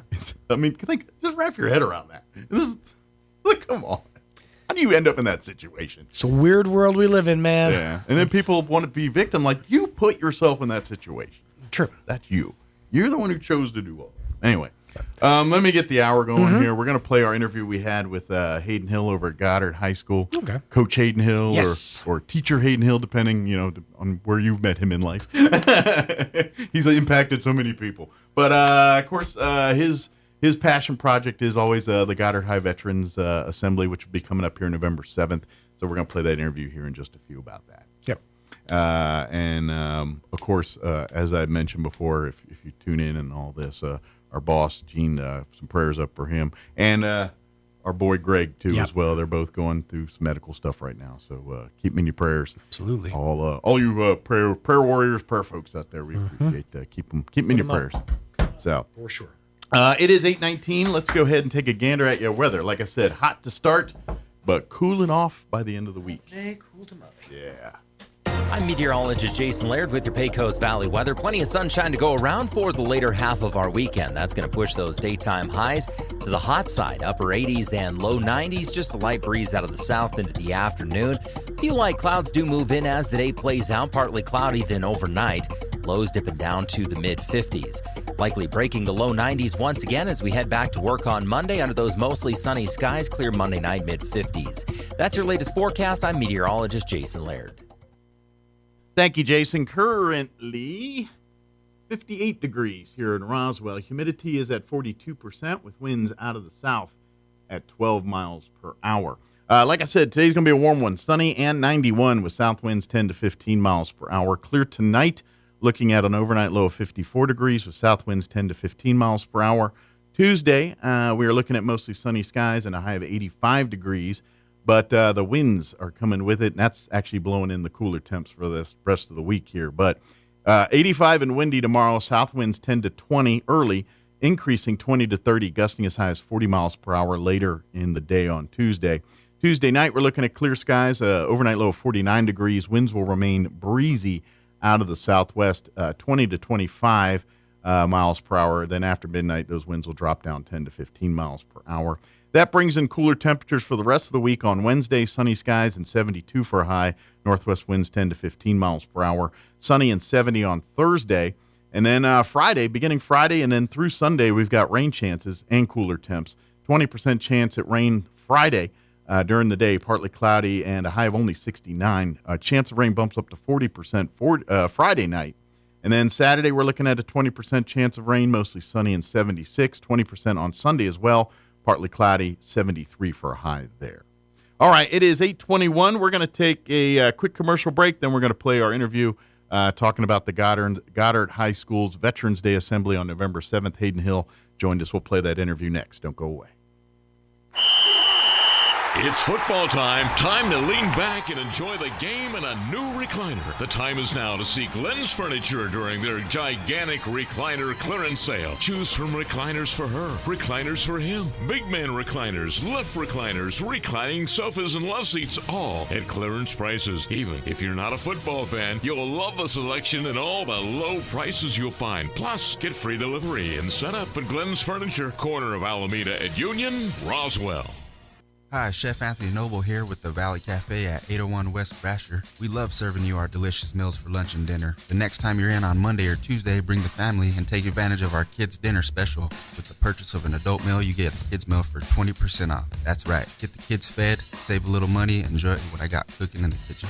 Come visit us at 801 West Brasher in the Orange Building across from Church on the Move in Roswell. We have it all. Come taste and see. Don't forget, you can also find the Valley Cafe on our website at toasttab.com/Valley Cafe. Also on DoorDash, Grubhub, and Uber Eats. Are you ready to succeed? Earn your FFA certification through ENMU Roswell's Aviation Maintenance Technology Program. ENMU Roswell has the only FFA Part 147 airframe and power plant school in Southeast New Mexico. Receive commercial and general aviation training, hands-on training with Operation Aircraft, Boeing commercial experience, advanced composite repair training, and more. And ENMU Roswell offers in-state tuition for veterans too. Learn more about this exciting program on campus or online at roswell.enmu.edu. Eastern New Mexico University, Roswell. Success starts here. Artesia General Hospital has welcomed cardiologist Luther Weathers to the team. Dr. Weathers is board certified with a subspecialty in cardiovascular diseases. He treats patients with genetic heart defects, heart rhythm disorders, heart failure, coronary artery disease, chronic high blood pressure, and other cardiovascular diseases. Call 575-736-8270 to schedule your visit with Dr. Weathers in Artesia or visit artesiageneral.com/cardio appointment. Se habla español. Hey there, Chief Detective at Trustmark Roofing and Windows. If you think you need a new roof or windows, you should know that Trustmark specializes in just the facts. We investigate your roofs or windows issues, document our research in a thorough case file, then present you with hard evidence of our findings. Witnesses in the southeastern New Mexico area can corroborate Trustmark's just the facts approach. A local customer said, of all the bids we received, Trustmark Roofing was the most detailed and explanatory. And another witness said, I received bids from 3 top-rated roofers and Trustmark was the most thorough and forthright. Get the roofer who specializes in just the facts. Dial 575-755-7663 or visit TrustmarkRoofingLLC.com today. But you didn't hear it from me. Jennifer here at Trustmark Roofing and Windows. At Trustmark, we're all about our customers, and that is because we have some of the best people in the world at our company. Call now and ask about our special offers. 575-755-7663. Trustmark Roofing, we put people first. Here's a Mornings with Mike Winters fun fact. The Goodyear Rubber Company researched and concluded that shoes wear out faster on the right foot than on the left. To fix this, just walk backwards for half the day. Here's Mike Winters. Good morning, Coach. How you doing today? Good morning. Thanks for having me. Well, it's kind of become tradition now. When Hayden Hill comes on the radio, that must mean it's Veterans Day is right around the corner here. And yep, we're once again here. We are, and one thing I love is the Roswell Independent School District. Every school, goes all out, and they really from our elementary schools, showing the kids at early ages up through high school. Yes, sir. They do include Veterans Day as part of their program, part of what they do, their curriculum. And so I love that, to see that. Yes.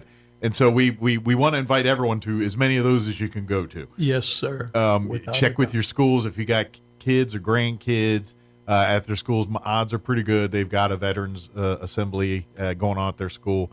Please make all efforts possible to attend those if you can. Yes. But we would like to invite the public out to Goddard's as well, and to all the others too. Yes. But of course, Hayden, how many years now have you been doing the Goddard Veterans This program? is our 16th year. 16th year. And have you been involved in all 16? Yes, sir. I'm about to say, because put it this way. I don't. There's a lot of people that I mention your name. It's like, oh, he was my history teacher. Or he was my basketball coach.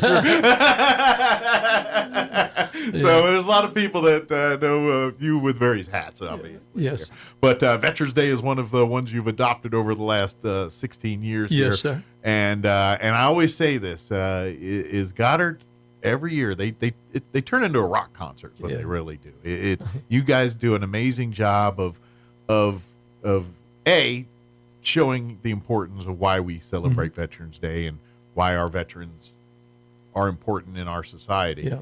But to just make the veterans feel that love too. Yes. Where and you know as well as I do, veterans by and large aren't always the most. They're not spotlight people. Yes. By and large, I mean, of course, there's everybody's got somebody, but by and large, veterans are more under the radar. Yes, people. sir.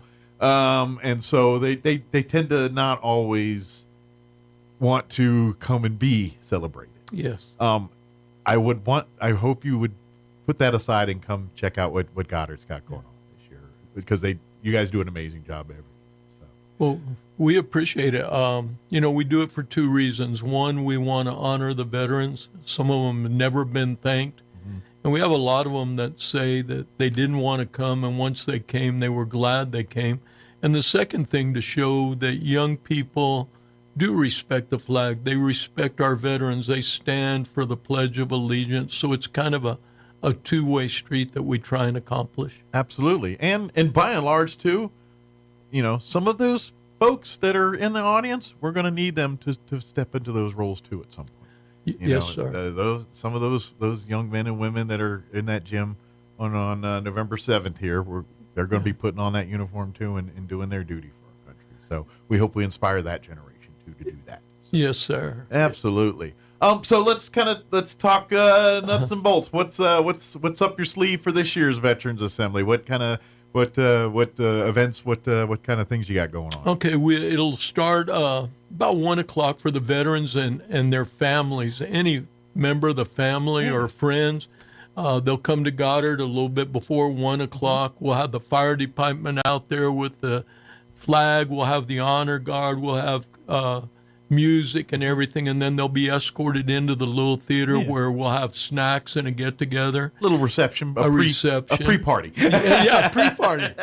And then about 1:20, the music will be coming, and the military will start off and turn and salute as they come in, and you'll have a little over 1,000 kids cheering them on. Yep. And then and you're underestimating that. I mean, you say that it literally is. That's the rock concert part. I tell you, it's literally like the Kansas City Chiefs walking out onto the field. It really for the is. Super Bowl. And one thing I'd like to say here, you'd be shocked at the number of people that work months and months to really try and make this special. And then ours is a little bit different from a lot of others in that we don't have speeches. It's all kind of pomp and ceremony, and we have videos come down from the screen and more pep rally like. More pep rally like, and this year again for the second year in a row, we're going to have a World War II veteran that flew missions over the Battle of the Bulge. We're blessed to have them. Quite frankly, folks, there's going to be a year where they're not going to have them because there's not going to be left. So while we got them, we want to celebrate them as much as possible. So, that's great that we're still, and it's, and I hope the kids that are there I hope they take that in and understand you're seeing someone that, like, quite frankly, you're getting an opportunity that many people aren't going to get a chance to get here very soon. Yes. You know what I mean? And that's a cool thing. So I'm so glad that we do have a World War II veteran that. And we'll put a special spotlight on that person that on the event here. Without a doubt, the one we had last year, he came to our assembly, and when it was over, he said one of the best things he ever did. He turned 100 years old the next month, and then shortly after that died. And so we're going to do something special, kind of a Paul Harvey, the rest of the story for him. Oh, great! And then one thing we're going to do this year, because we want to honor everybody, and we do, but we want to also put a little emphasis today on the young people that were in Iraq and Afghanistan and the war against our newest terror veterans. Our newest veterans. Yeah. We're going to do something special for them. Yeah, and this is something too and this is where we need and where we use Veterans Day as a platform too is that reminder to those veterans and the mental health. We're obviously all of us, we want to check on each other's mental health, but yes. The veterans world, it's a little bit of a higher, more risk situation. Yes, sir. And so it is a reminder. And to be honest, that's the generation of veterans that we're focusing most on right now, because they're the ones that are dealing with the bigger issues coming from Iraq, Afghanistan, wherever they've served. And you know, trust me, other war times veterans know you see and deal with things. And no matter how much other people want to understand, if you haven't been there, it's really hard to understand. No matter how much you want to, it really just is hard. Yes. So it's great to see that we're focusing on our younger vets, and we're even seeing that like nationally through our like American Legions and VFWs, where you're starting to see they are trying to shift gears and saying, hey, this isn't for the 60, 70-year-old curmudgeons on the bar stool anymore. This is for our 20 and 30 something year-old veterans we have now. So and so it is a focus that not all veterans look like me. Some of them look like you and younger folks here too nowadays, and we got to remember that. Yeah. And we thank you for your service. Through the years, with whether you've been out in public in Roswell or the radio station, you not only served in the military, but you've continued to serve for our community. Well, thank you. I try to. This is pot calling kettle black, because you have that server's heart too, and just your work alone on this, but outside of this, just your coaching career, your teaching career, you've impacted a lot of lives yourself. Well, thank you very much. And so it's awesome that we see that you do this, and it's great. And to be honest, I think you got a point where it's you have the young people now, and they know you as the Veterans Day guy. You get so it's great to see that we're getting new generations, and you're influencing that as well. But we do want to make sure we would love to honor veterans. Please come if you don't feel comfortable coming out to Veterans Assembly. I get it, but please try the Goddard one. Come on out here now. I don't think we could actually pretty deal. The actual assembly day will be on November 7th. It'll be at Goddard High School. Yes. Like I said, we'll have the pre-party there from about 1 to 1:25. That's where we'll have light refreshments and music and all that. And then around 1:25 or so, you'll kind of get ushered into the gym, and that's when the big party starts. And obviously free. Just bring yourself, bring your family. Yes. Love to have you come, and we want to pack ground zero there from floor to rafter with folks. Honoring and it's a celebration. That's what it is. It's we say Veterans Day. It's to celebrate and honor our veterans. Well, that's exactly what they're doing in there. Yes. It's not focusing on the hard part of being a veteran. It's focusing on you're a veteran, you're amazing, and we're in a great place because you did what you did. That's what it's all about. Exactly. And one thing I like to throw in also is the Veterans Day Parade is coming up. And, we as a community, we pack the place on 4th of July and the Fair Day and stuff. And a lot of veterans that won't go to a school will be walking in that parade. And it would be really cool for our community if we could literally pack those roads. Talk to your kids about it before, and let's get everybody there. And when that flag comes by, we stand and honor them. It's not real long, but it'd be very important if we could fill that road for the parade. Yep, it is something that and I know you folks, we hear it a lot and we say it a lot, but it really, really is true. It's everything that you love about this country and the freedoms we enjoy. Is this country perfect? Oh, absolutely not. But there's not many places on the planet that you can enjoy and do the things and live the life you live. And trust me, as a veteran, as a person that's seen life in other parts of the world, you do not realize how good you have it and what you take for granted. Even in places that you think are like us, your Englands, your Australias, they're not exactly the same. Yeah. They're not quite the same. and your rights, your freedoms, what you can do aren't exactly the same. And you don't realize it until it comes under attack. And so that's the only reason you get to do, and all the things we get to enjoy, it's because a veteran said that they're willing to do what they're willing to do. And that's the only way we preserve that. We're human beings, and to preserve freedom, you've got to be strong enough to keep it. And that's what those veterans do. They ensure we get to keep it. And so that's why we do that. We start off our Veterans Assembly, by the way, saying, look before you. Every one of those veterans were willing to die for you. Yeah. And this is the thing, too. Regardless of when you served or where you served or what you served, I don't care if you were sitting in a foxhole, sitting in a fighter jet, or sitting in a kitchen in a tent somewhere. It doesn't matter. All those roles are vital to the mission. And every person that signed that name and their contract, giving their life to Uncle Sam to 4 to 6 or however many years you were in it,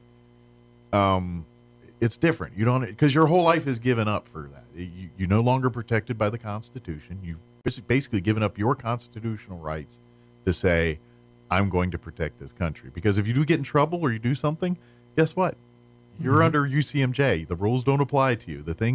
And there are things in the UCMJ that you are constitutionally protected against, things like double jeopardy, stuff like that. Military people are subject to that stuff that civilians aren't. And so that's just other things that you don't realize, that by signing your name on that dotted line, that's what you're giving up.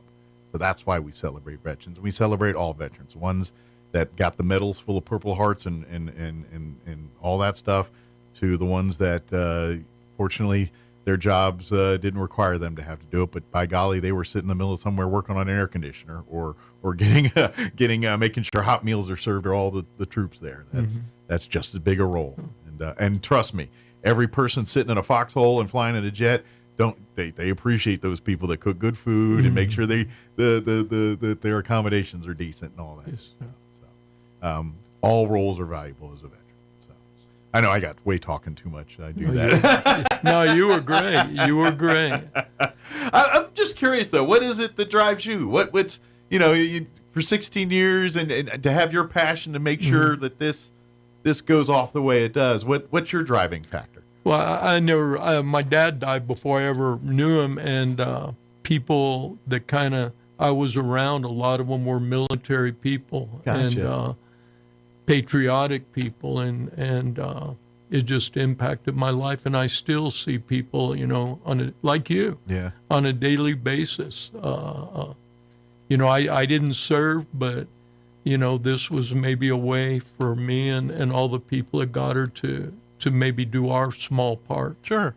Well, it is. It's greatly appreciated, and it's so great that you do this and inspire others. And to be honest, by doing this, you're actually inspiring the next generations of veterans and things like that. These kids that we're seeing in classrooms, and some of them are going to be sent off to places and things down the road. And because they're willing to do that, it's people like you that gave them the inspiration to want to protect and want to be a part of this. So Well, we appreciate that. One thing I like to say is I get a lot of credit for this, and there is a lot of moving parts. And the truth is that it's unbelievable how many people that make this, there is no way I could do it. So it's a lot of people that believe in our country that want to be a part of it. But it's also got to a point, too, where it's now tradition. Yes. So now everyone's almost like, all right, Hayden, what are we doing again? It's the phone calls start up and go. Yes, so sir. and that's a beloved thing to see. And quite frankly, I hope it continues long after you said, you know what, I'm going to pass that baton to someone else. Yes, sir. At some point. So, but folks, come on out again. November 7th is Goddard High School's Veterans Assembly.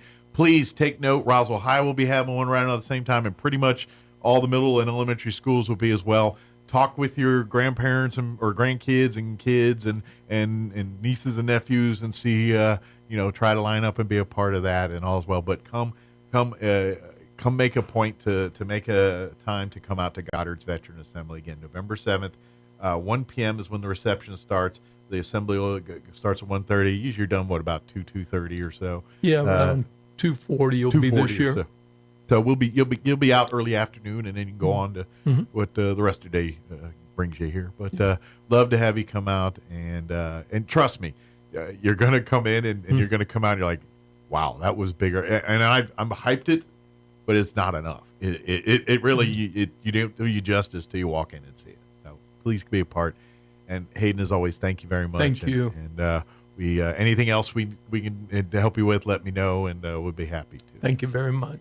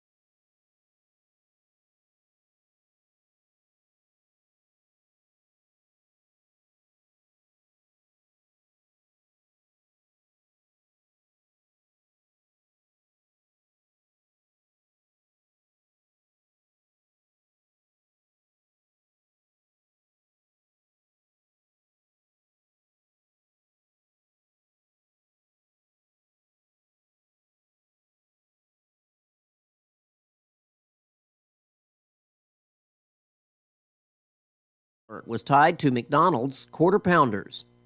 You're up to date. I'm Jared Cirillo. It's time for the Chavez County Sports Report. Got some football going on over the weekend. Undefeated Dexter tonight playing their final regular season game. There are 9-0 overall. The Demons 5-0 in District 2 and taking on Hatch Valley. The Chili Peppers are 5-3. 2-2 overall. I know they're the Bears. NMMI playing at Hot Springs tonight at 7 o'clock. NMMI is 6-2 overall, 3-1 in district play. They do have another game at the following this week, unlike Dexter. Roswell playing tomorrow at Mayfield. This might be a good game. Roswell is riding high after beating Artesia on the road last week, 44-40. The Coyotes 6-1 overall, 4-1 in district. Gateway Christian 8-man football playing at Hagerman. The regular season finale, the Warriors are 5-2 overall, 3-2 in district play. The Sports Report brought to you by DSI. Call DSI for all your office technology needs. I'm Eric Butler at Roswell's Talk FM 106.5. I'm meteorologist Jason Laird with your Pecos Valley weather. Plenty of sunshine to go around for the later half of our weekend. That's going to push those daytime highs to the hot side, upper 80s and low 90s. Just a light breeze out of the south into the afternoon. A few light clouds do move in as the day plays out, partly cloudy then overnight. Lows dipping down to the mid-50s. Likely breaking the low 90s once again as we head back to work on Monday under those mostly sunny skies. Clear Monday night, mid-50s. That's your latest forecast. I'm meteorologist Jason Laird. All across America, this is the Red Apple Audio Network's Market Report. Well, stocks had been up for 6 weeks in a row, but they stalled going into this new week.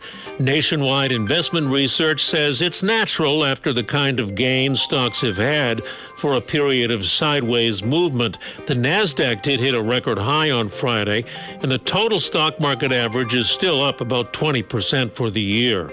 The inflation and still high interest rates are the problems for stocks. So they went back to tech stocks. Nvidia, Meta, Amazon, and Microsoft rose. UGG's footwear maker Deckers Outdoor rose. Retailers are worried about the holiday shopping season, though. Only 1/3 of likely voters surveyed say that the economy is good. Some chain restaurants have closed hundreds of locations this year because people are pulling back on spending. Yet, consumer spending stocks rose on Friday. More homes are for sale, but home sales declined because of the prices and the mortgage rates. Boeing may sell off their space business with NASA. Spirit Airlines is selling off some planes and cutting some jobs. Chobani will open a new New York headquarters. I'm Joe Connolly with Business. This is the Red Apple Audio Network's Market Report. This is Judge Greg Kelly here. Janine Pirro Thousands of with an Americans are important shielding their message. A mom savings and her with son were being gold. followed by Contact a the man in experts the at parking Colonial lot. As he Metals Group approached for their a free car, she 2024 pulled out her gold Byrna guide that launcher, explains and the everything you sight need of to it know. was Go to enough to make him flip. freegoldguide.com Byrna gives you the power /Kelly. to protect your family without freegoldguide.com lethal force. /Kelly. The No number permits, 800 no background checks, just peace of mind. 655-5186. Visit That's Byrna.com and use code Janine for 10% off. 800-655-5186 Remember, for your Byrna free isn't gold legal in guide New and York learn if City you or qualify for up to Yonkers. Stay safe, $7,500 stay in prepared free silver with Byrna. right now. There's nothing more magical than 80,000 cubic feet of hot air flying overhead, hearing the burners shoot propane and inflate the envelope of beautiful colors right before your eyes. Whether this is your family's lifelong tradition or you are new to Southeast New Mexico, make plans to join us for Balloons and Tunes at Eagle Draw Park at dawn on Saturday and Sunday morning, November 2nd and 3rd. Seeing the balloons is just the start, but join us to hear the tunes too. Artesia Chamber, Artesia Main Street, and Artesia Arts Council have partnered up to bring you a concert event Friday, November 1st that will surely get you in the mood for hot air balloons. Join us at the corner of 5th and Texas Street for Balloons, Bands, and Brews, where you'll enjoy food, New Mexico brews, and live music, including the Artesia High School Marching Band, playing along with our hot air balloon pilots. All events are weather permitting, and more information can be found at artesiachamber.com. Balloons and Tunes, November 2nd and 3rd in Artesia, New Mexico. Book hotels direct for the best rates. Ad paid for by Artesia Lodgers Tax. Artesia General Hospital has welcomed cardiologist Luther Weathers to the team. Dr. Weathers is board certified with a subspecialty in cardiovascular diseases. He treats patients with genetic heart defects, heart rhythm disorders, heart failure, coronary artery disease, chronic high blood pressure, and other cardiovascular diseases. Call 575-736-8270 to schedule your visit with Dr. Weathers in Artesia or visit artesiageneral.com/cardio appointment. Se habla español. At Martine's Capital Cafe, come in and enjoy a delicious variety for breakfast, lunch, or dinner. Try our burritos, huevos rancheros, asado, chorizo, sausage, flautas, fajitas, chili rellenos, quesadillas, enchiladas, sopapillas, and don't forget their award-winning green chili cheeseburger and so much more. Everything is prepared with the finest and freshest ingredients. Martine's Capital Cafe. Quality, value, tradition, and the most delicious New Mexican food since 1989. Open Monday through Saturday from 6 to 8:30 p.m. at 110 West 4th Street in Roswell. Here's a Mornings with Mike Winters fun fact. Linen can absorb up to 20 times its weight in moisture before it feels damp. Now, you don't have to get up in the middle of the night to go to the bathroom anymore. Here's Mike Winters.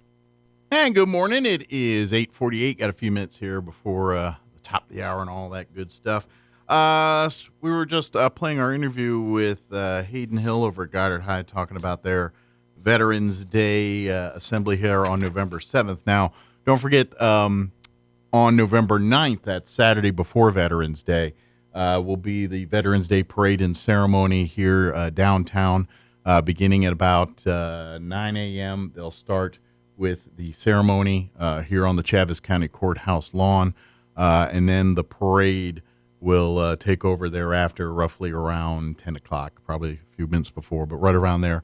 Then the parade will start there on the courthouse, in front of the courthouse, and then it'll head north on Main Street and then wrap up right about College there where the Wool Bowl, because that's where they'll end. They'll all go to the Wool Bowl parking lot. That's where they'll take, and then they'll have a little after thing going on there. But that is on Saturday, November 9th.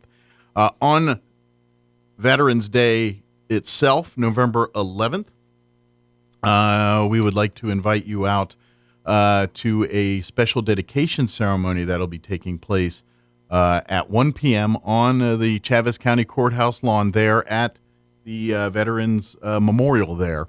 The Daughters of the American Revolution, they're going to be dedicating a Patriots marker there at the Veterans Memorial for the Daughters of the American Revolution, which we had a great interview with Dara. I'll replay it before we get close to Veterans Day to remind folks. But it was kind of interesting. I grew up in D.C. area, Maryland area, and so Daughters of the American Revolution's pretty strong out there. There's a big presence, and since I moved out to New Mexico many moons ago now, I haven't seen as much of a presence, and so I didn't even really know they had it. But they do have multiple chapters of Daughters of the American Revolution throughout the state of New Mexico. So I thought that was great to see that there is that presence. And so, by the way, and there's the Sons of the American Revolution too. And if you're not familiar, to be a part of these organizations, you have to have direct lineage, your family history to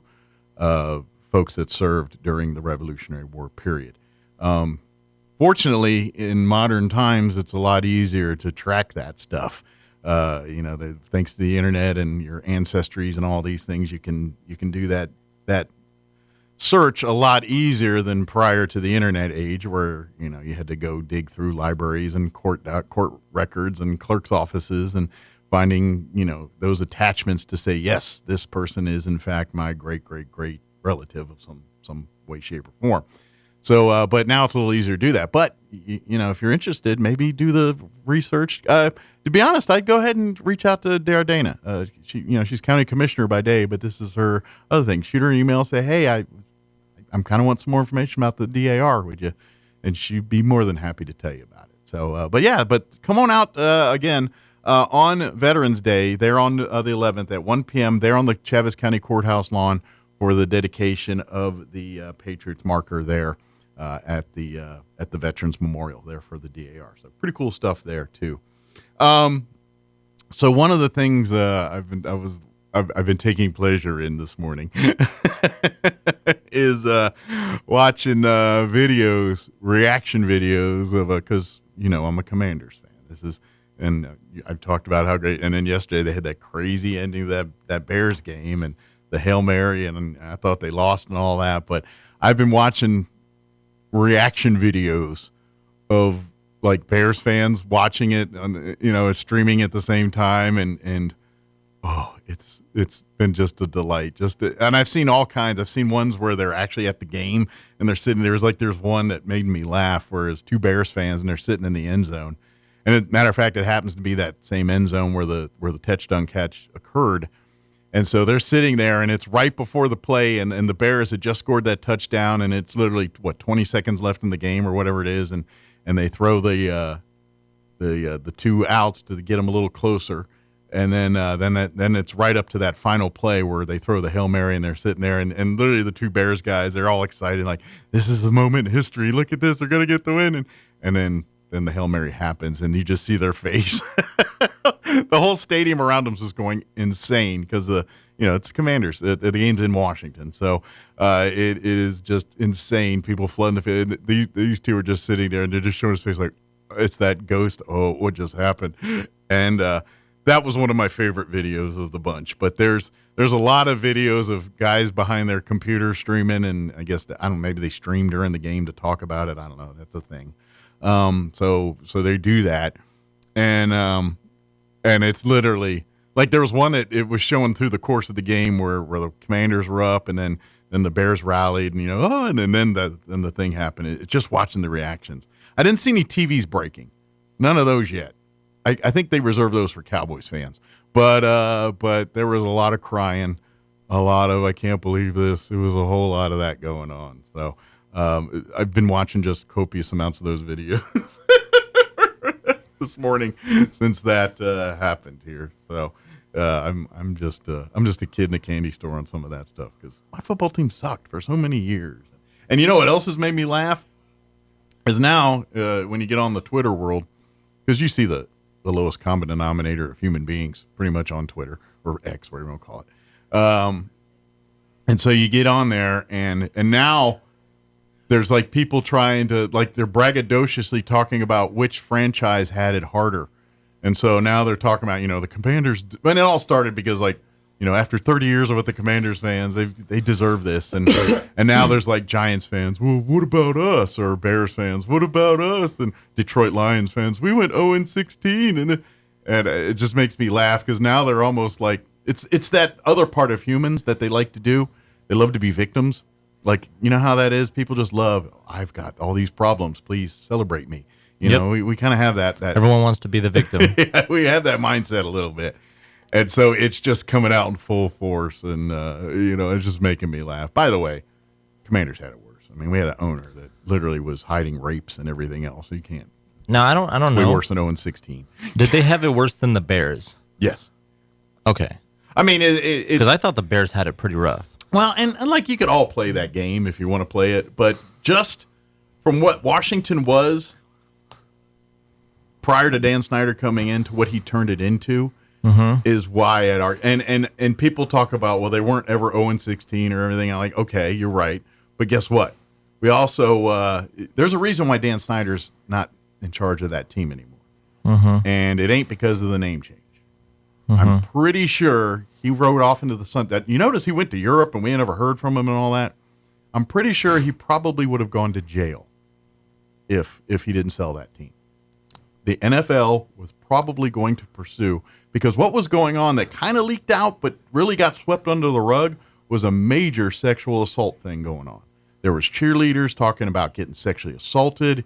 There was even rumors of rapings, all kinds of stuff going on. Oh, sure. And by and large, it did get a little into the news, into the Congress and all that stuff, but I am pretty sure the NFL swept that under the rug, and they pretty much said, Dan Snyder, if you sell this team right now, because he wasn't refusing to sell it and all that other stuff, and I think they said, if you go away right now, we will not prosecute you. I think that's what happened. And so you can talk about your 0-16 teams all you want, but that's what was going on in Washington. And that's on top of the fact that he's suing fans. By the way, we had the worst facilities in all the franchise. We had like one of the more valuable teams in salaries, but none of it was invested in the product. There was things falling apart, bubbles falling down. Like you look at all those, what NFL franchises have the best facilities and the worst? Washington was always the worst. F grades and all that stuff. He was just a history of just running that team into the hot garbage, and that's why. But all of that alone, none of it's as worse as why he's not there anymore. And for that reason alone, I'm sorry, your franchise didn't have it worse. You didn't have basically a evil person running it. No, I'll give us the Cowboy fans a little bit of a bone here. Okay, so can we at least agree that Cowboys fans are me, and you and I. Oh, go ahead. Cowboys fans. Okay. Can we at least agree that, or like you and I, can we agree? Okay. That this idea that that they're braggadocious and that they're bragging about how we're the best all the time and stuff. I don't think that's really a thing anymore. It's not. It's definitely not a thing, and I think we can officially join that victimhood team of like. Can we just say we're not the bad guys anymore? We're not the But that's just it. They still think they are. They still we all know they're not America's team, but you walk into Dallas and you talk to Jerry Jones, they're America's team. And to be honest, it's their own undoing. Like, this is something that I've heard multiple reports on. To be a head coach and all of that in Dallas, like, you got to deal with tours and things like that. And great fan experience and stuff, but it's almost like they're running a tourist attraction as a football franchise, and that is really hampering their success, I think.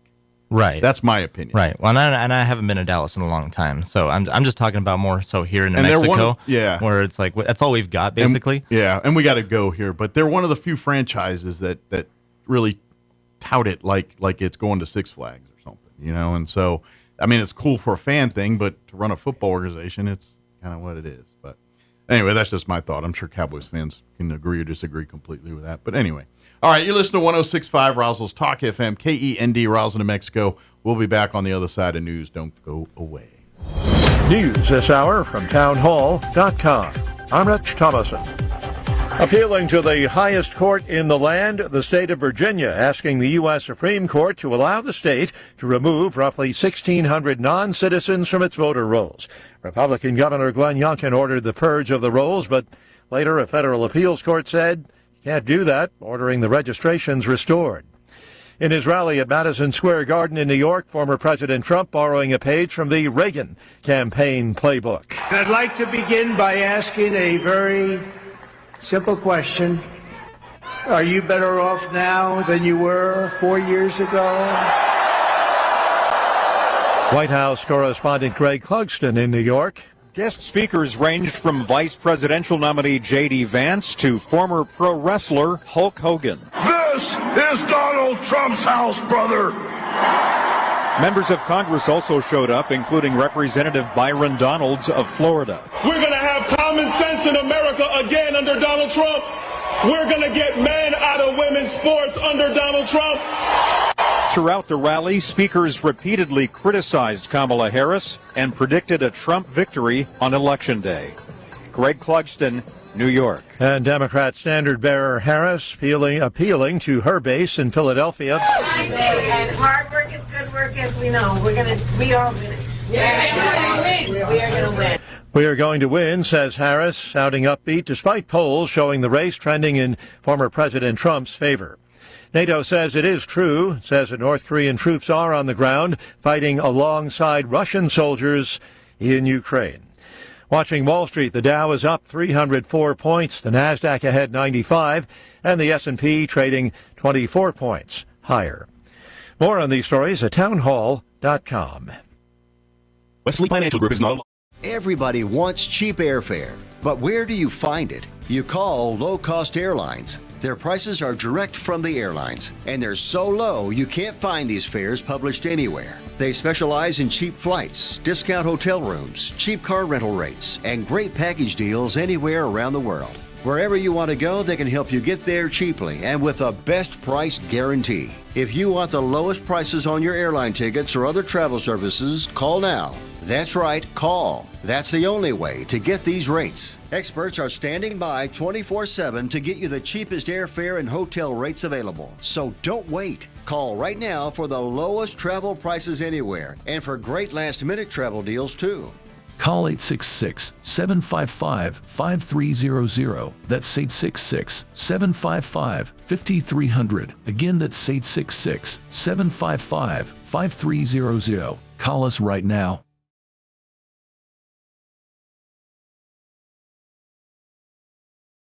Have thwarted an attempt at another cross-border incursion by Ukraine into southwestern Russia, according to a local official. The attempted incursion comes months after Kyiv staged a bold assault on its nuclear-armed enemy that Moscow is still struggling to halt. A Russian governor said what he described as an armed group tried to breach the border between Ukraine and Russia's Bryansk region. He did not clarify whether Ukrainian soldiers carried out the alleged attack, but claimed that the situation was stable and under control by the Russian military. There was no immediate acknowledgement or response from Ukrainian officials. I'm Karen Shamas. Indian Prime Minister Narendra Modi and his Spanish counterpart Pedro Sanchez inaugurating India's first private military aircraft plant. It is a boost to New Delhi's ambitions of growing local manufacturing in its defense and aerospace industries. Townhall.com. Their young lives thrown into disarray, high school seniors in Asheville, North Carolina, grappling with some crucial life decisions. The kids are recovering from the impact of Hurricane Helene. Schools have been closed more than a month, but are now set to resume within the next week. Some seniors have tried to make the most of the time by volunteering. In other cases, they actually studied on their own. But many say the stress of college applications is weighing on them. Still, many of the seniors say they are very fortunate because so many other people died in the storm. Jason Walker reporting. Opposition supporters in the former Soviet Republic of Georgia are protesting weekend parliamentary election results. There are allegations of voting irregularities, also allegations of election meddling by Russia, which does not want to see Georgia aligning itself with the West. More on these stories at townhall.com.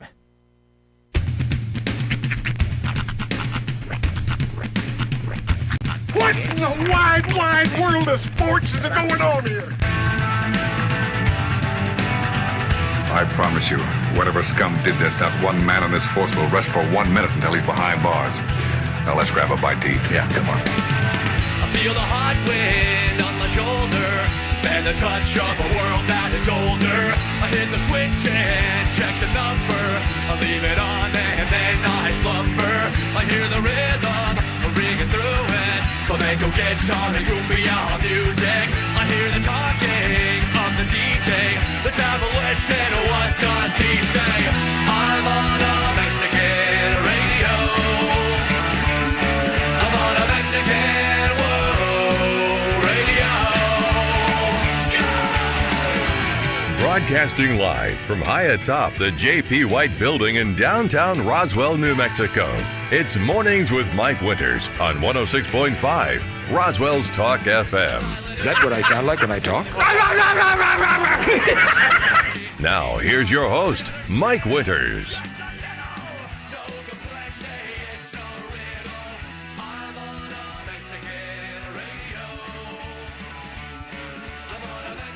And good morning. It is 6 minutes after 9 o'clock.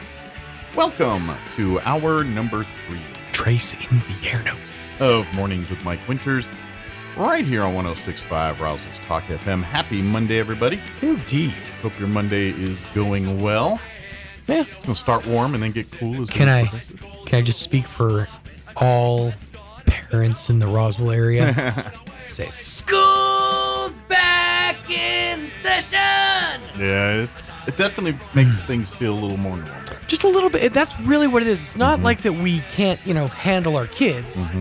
I mean, the feeding them thing gets annoying, but no, it's really just comes down to it's just that sense of normalcy, that this is a normal day, Yep.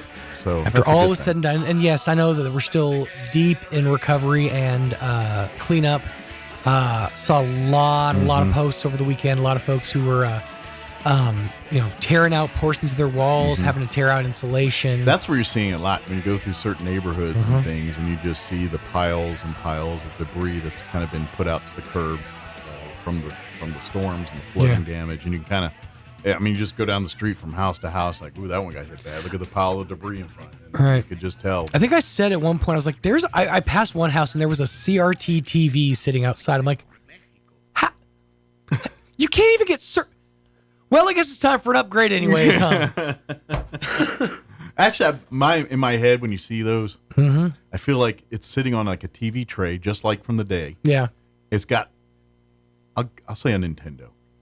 Okay. Maybe. See, and I've actually heard, maybe an Atari, but I've heard a lot of people say that when it comes to like old school gaming, playing on that CRT just is the ultimate experience versus trying to. It is flat kind screen. of the way it's supposed to be. You know what I mean? Yeah, you gotta kind of squint. Mario's not meant to be that clear in HD. Exactly. 65 inches in 16-bit or 8-bit or whatever that was back in the day is not that. You can really see that Mario's mustache and nose are just 2 color pixels. Looks like Pong. It's a rough look, but yeah, that would be the reason why. That makes sense. I can understand that. That would be, unless you want to. Maybe the new thing is now they have that big TV and then they get us kind of an iPad sitting on top of it. Right. So that's the new That's version. the new one. In my day, yeah, because it was always if your working TV is sitting on top of your non-working TV, because, and again, this harkens back to the yesteryears of television. Every TV set also had to be like a countertop space. Oh, and yeah, like it's part of furniture of the house. Yeah, a piece. Your 30-inch TV weighed about 300 pounds. And your higher fancy flute ones, they also had like a hi-fi stereo in there. Yeah. Like a flat or record player. My grandma's TV looked like it should have had all of that stuff in there. It didn't. It was just TV. It was just TV and then like these 2 big like speaker things, but they didn't work. So the speaker was like the little thing at the bottom. Yeah. It's like, okay. That's the one thing that got me several years ago when I went and toured Graceland. And if you go down into the basement of Graceland, Elvis had his little media room down there. Yeah. And so you go down the steps into the basement, and of course that part's creepy because it's literally floor to ceiling with mirrors. So you're like, it's very 70s. I mean, it was maybe very the epitome of 70s high fashion decor. Now it just looks like a creepy pedo van. But anyway. It looks like a clearance sale to unpainted furniture. Yeah, exactly. So you go down there, and then like to the one side, there's like a little wet bar, kitchenette kind of thing. But then in the other way, he's got his couches and all that. But it's literally a wall with like 8. I don't think they're 13-inch, but they weren't like 24-inch either. Right. So somewhere in that middle of those. Okay. Like on the wall, kind of like almost looked like a newsroom of the 60s. Right. You know what I mean? With the like, screen. like those old school, like when you have like security cameras or whatever. And I'm sure of its time it was state of the art. Oh, but yeah. You're kind of like, wow. I mean, you got to squint to watch them because they're all like, I'm going to say 18-inch TVs or something like that. They weren't that huge. I held on to the oldest of technologies for as long as I could. And I think so did you, too, because we've had this conversation, at least off air. I had a DLP big screen TV. Oh, yeah, I had one. I think we had the same brand, the Mitsubishi 60-inch. Yeah, they lied. Yeah. If you're not in a pitch black room, that TV is garbage. Well, and they lied because we bought it, and it was our first like big screen TV and everything. And I was like, "Oh, we got the," and they were like, "Oh, there's a bulb in it, but you don't have to. Every 3 years, you got to change that." I was like, "Oh, that's not too bad. How much is it? Oh, it's not too bad." 6 months later, $300 for that new tube. Oh, I was like, "Oh, maybe it's a faulty tube." Year later, another tube. See, I'm like, "This supposed to go every 3 years." This tells me we need to teach you how to bargain hunt, because I had the same problem, but my bulbs, they would go out every year, sure, but I was also only spending like $30 to $50 a bulb. Yeah, I don't know. Well, I think the first time I spent a bunch of money. I think after like the third time, I think I found them for like $30. But at the time, it was like, no, they're only here in this, and you know, the proprietized hornswoggling and all that. Yeah. Now, in fairness, maybe I suffered as a result of my thriftiness because the brightness wasn't quite there. Yeah. But you might have got the black market bulb. I'll tell you what, at midnight on a Tuesday, this TV sings. But yeah, I owned that TV for about 4 years before I bailed and got a actually the TV that's in my bedroom now. That's the one I replaced it with. Really? The one in my bedroom. Nice. That's a 65-inch too. The worst part of that whole thing is not only did I own that TV, I sold that TV. Oh, did you? When I lived in Albuquerque, see, this is where I age myself. When I lived in Albuquerque, I worked at Circuit City. Oh, and the old Circuit City. Yep, and they had all the fancy plasma and the flat screens up front, and the monster sound bars and all that. But in the back, like if as you got past like the TVs and you got towards the audio equipment, they had this gazebo, and it was specifically set up to show off the Dolby sounds, like the 5.1, the 7.1. Right. Give you that surround sound experience. Right, because you had this, it was a gazebo, so you could hear it in this enclosed environment. But and I think they did this because they weren't really trying to sell TVs in this portion. The TV they used was the Mitsubishi 60-inch DLP. Okay.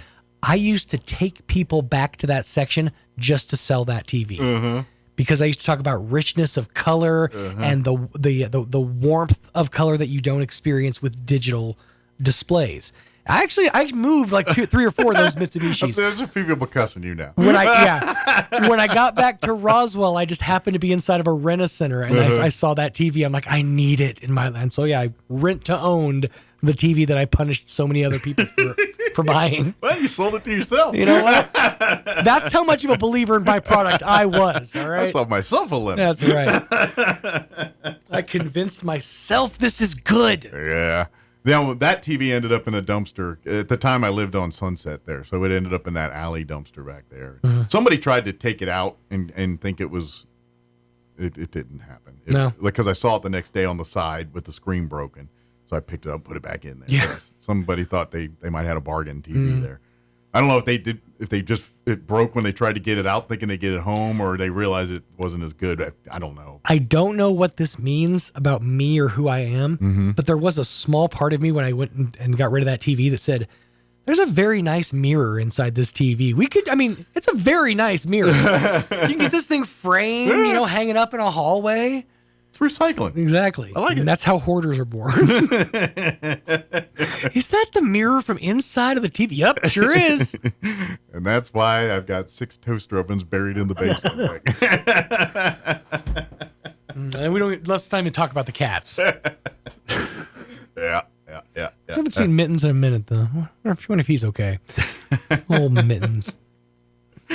That's Grandma's Boy. That's one of my favorite little offshoots from Grandma's Boy. I don't know if you ever noticed that when they lift the cat or leave the couch, there's like a dead black cat under there.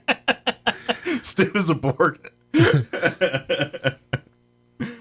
I think I'm due for a Grandma's Boy watching. It's been a minute. Yeah, I think Turd I'm due nugget. Yeah. Love that movie. It's such a good movie. It really is. It's just a fun movie. So many. I'm sure it's so dated now. Too. Play my head like a drum, monkey. Yeah, it is the stupidest of movies. But I love that movie so much. Like just the whole like when one of my favorite lines from that movie is when the grandma that was a little crazy, the one with all the pills. Was that? I can't remember her name. No, it's not the Partridge Family. I have to look it up. It's the quiet one. It wasn't Doris Roberts. It wasn't. Wasn't oh yeah, that's right, the quiet one, right. It was a little off. she started and I guess there was one of the strains of marijuana that was called deer antlers or Frankenstein. No, it was Frankenstein. That was Frankenstein. And is it because it made you Shirley walk like Knight? No, it wasn't Shirley Knight. It was the other one. Shirley Knight's the Partridge. No, Shirley Family. Jones is who you're thinking of. Yeah, Shirley Jones. Shirley Jones, Shirley Knight, and Doris Roberts. Okay, so Shirley Knight. Sorry. Yeah. Yes. But anyway, so I guess she takes some of that, and so they're all talking and just having a thing, and then in the background you see her walking like Frankenstein in the back, and it just makes me laugh every time. Never referenced. Apparently, Kevin Nash was in that movie. Was he? As mover number 2. Oh, in the beginning when he's getting thrown out the house there. Okay. I forgot about that. Now that you say that, I forgot about that. I remember that. Yeah. That's where they break the glass bong. God, that is absolutely a movie you watch on April 20th. Grandma's boy. And there's a game that I loved as a kid that they play in that I didn't know people. The frog, the leaping pad one. Yeah, the lily pad. That was an Intellivision staple in my house. I play in that game, the leap pad. And I feel like there was some kind of cheat code that you could jump off the lily pad. Like Probably. I feel like there was. And that's the thing. There was always these little things. Like I love that cheat codes and all that were a thing. Game Genie was a thing. Mm-hmm. But watching, if you ever get a chance, watch speedrunners. Okay. Because they find these little itty bitty tricks. Like there was a basketball game, and there was a glitch in this game. Double dribble. It might have been double dribble. Not sure. That was a very popular game at that time. Is it NES? Dribble. NES? Yeah, that's double dribble probably. Because there was a glitch where if you shot a 3-point shot from the corner, from a certain corner, guaranteed to go in. Yeah, that's all those. Like the hockey one had the same one. There was like a certain shot you could almost every single time. Yeah, it's very patterned. Tecmo Bowl's the same way if you knew the ins and out of it. I watched a video over the weekend. This blew my mind. So a speedrunner learned that you can cut seconds off of your time, because when you're speedrunning Mario and you hit a vine, there's like a 3-second non-skippable cutscene animation of Mario climbing the vine, and then you can start. But if you morph into that level or warp into that level from a tunnel, you can start right away. So you shave 3 seconds off your time. So what somebody figured out was the tubes. This was the first game. This was the Mario 2, the Japanese version. The tunnels was the first game where the tunnels were facing downwards, but they figured out the bottom of the tunnel was never changed. It was the same as the bottom of this tunnel. So if you can clip into the tunnel, you can go inside and down that tunnel and start from the bonus part. Yeah, those little. It was crazy when I saw him do this. They like clipped up and jumped back, made the screen push them into the tunnel, and they went down. And kids clamored through Nintendo magazines looking for nuggets of information like that all the time. Yeah, those are the best. You know, the biggest, most popular of all those is the Contra code. That's the one, up, down, left, right, B, A, B, A. That's the one that everyone, because that's just the one everyone memorized. I don't know why. Contra was a popular game, but it wasn't that popular. Well, no, it's not. It was the Contra code, but it was more known as the Konami code because a whole series of Konami games.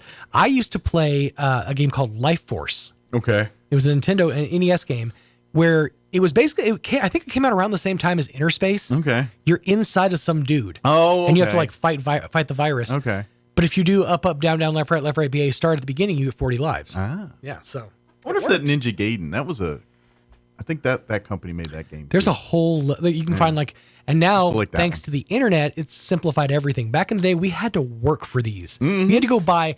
I remember going to the book fair when I was a kid, and the two biggest things were spy stuff, so spy pins and stuff, and cheat code books. That was a huge deal. Yep.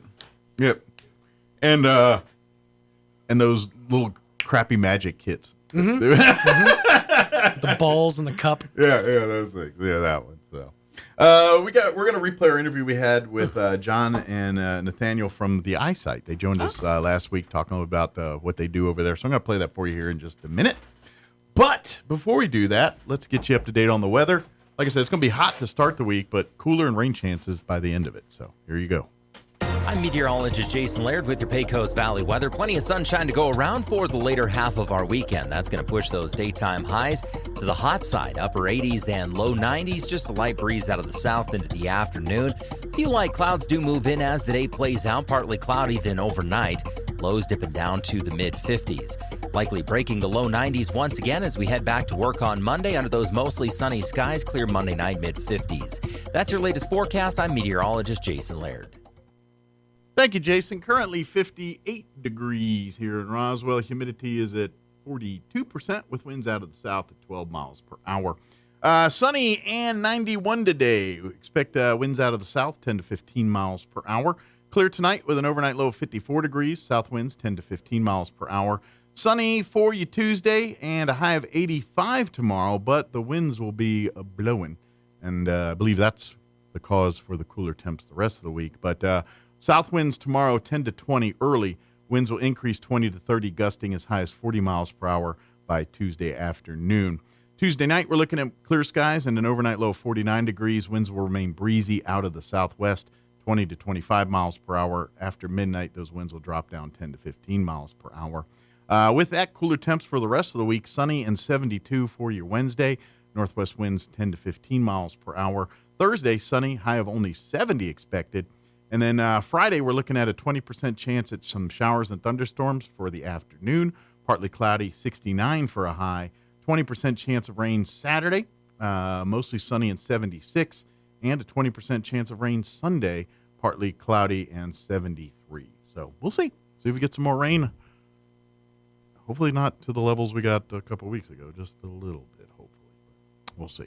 All right, it is 22 minutes after 9 o'clock. We're going to take about a 2.5-minute break, and we're going to play our interview with the folks from the Eyesight on the other side. Don't go away.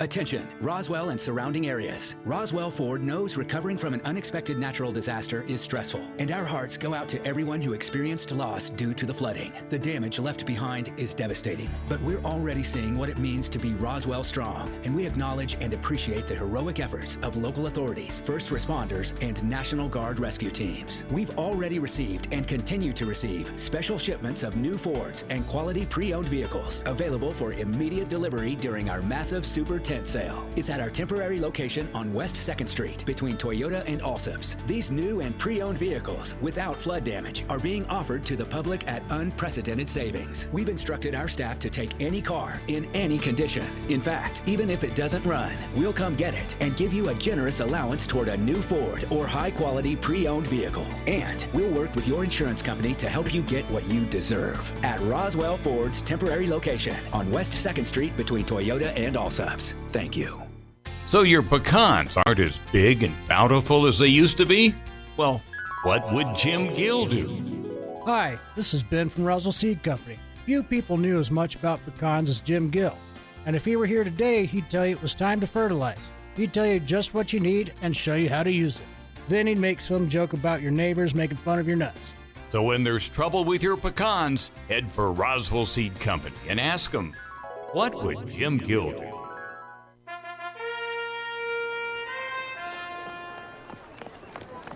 You there!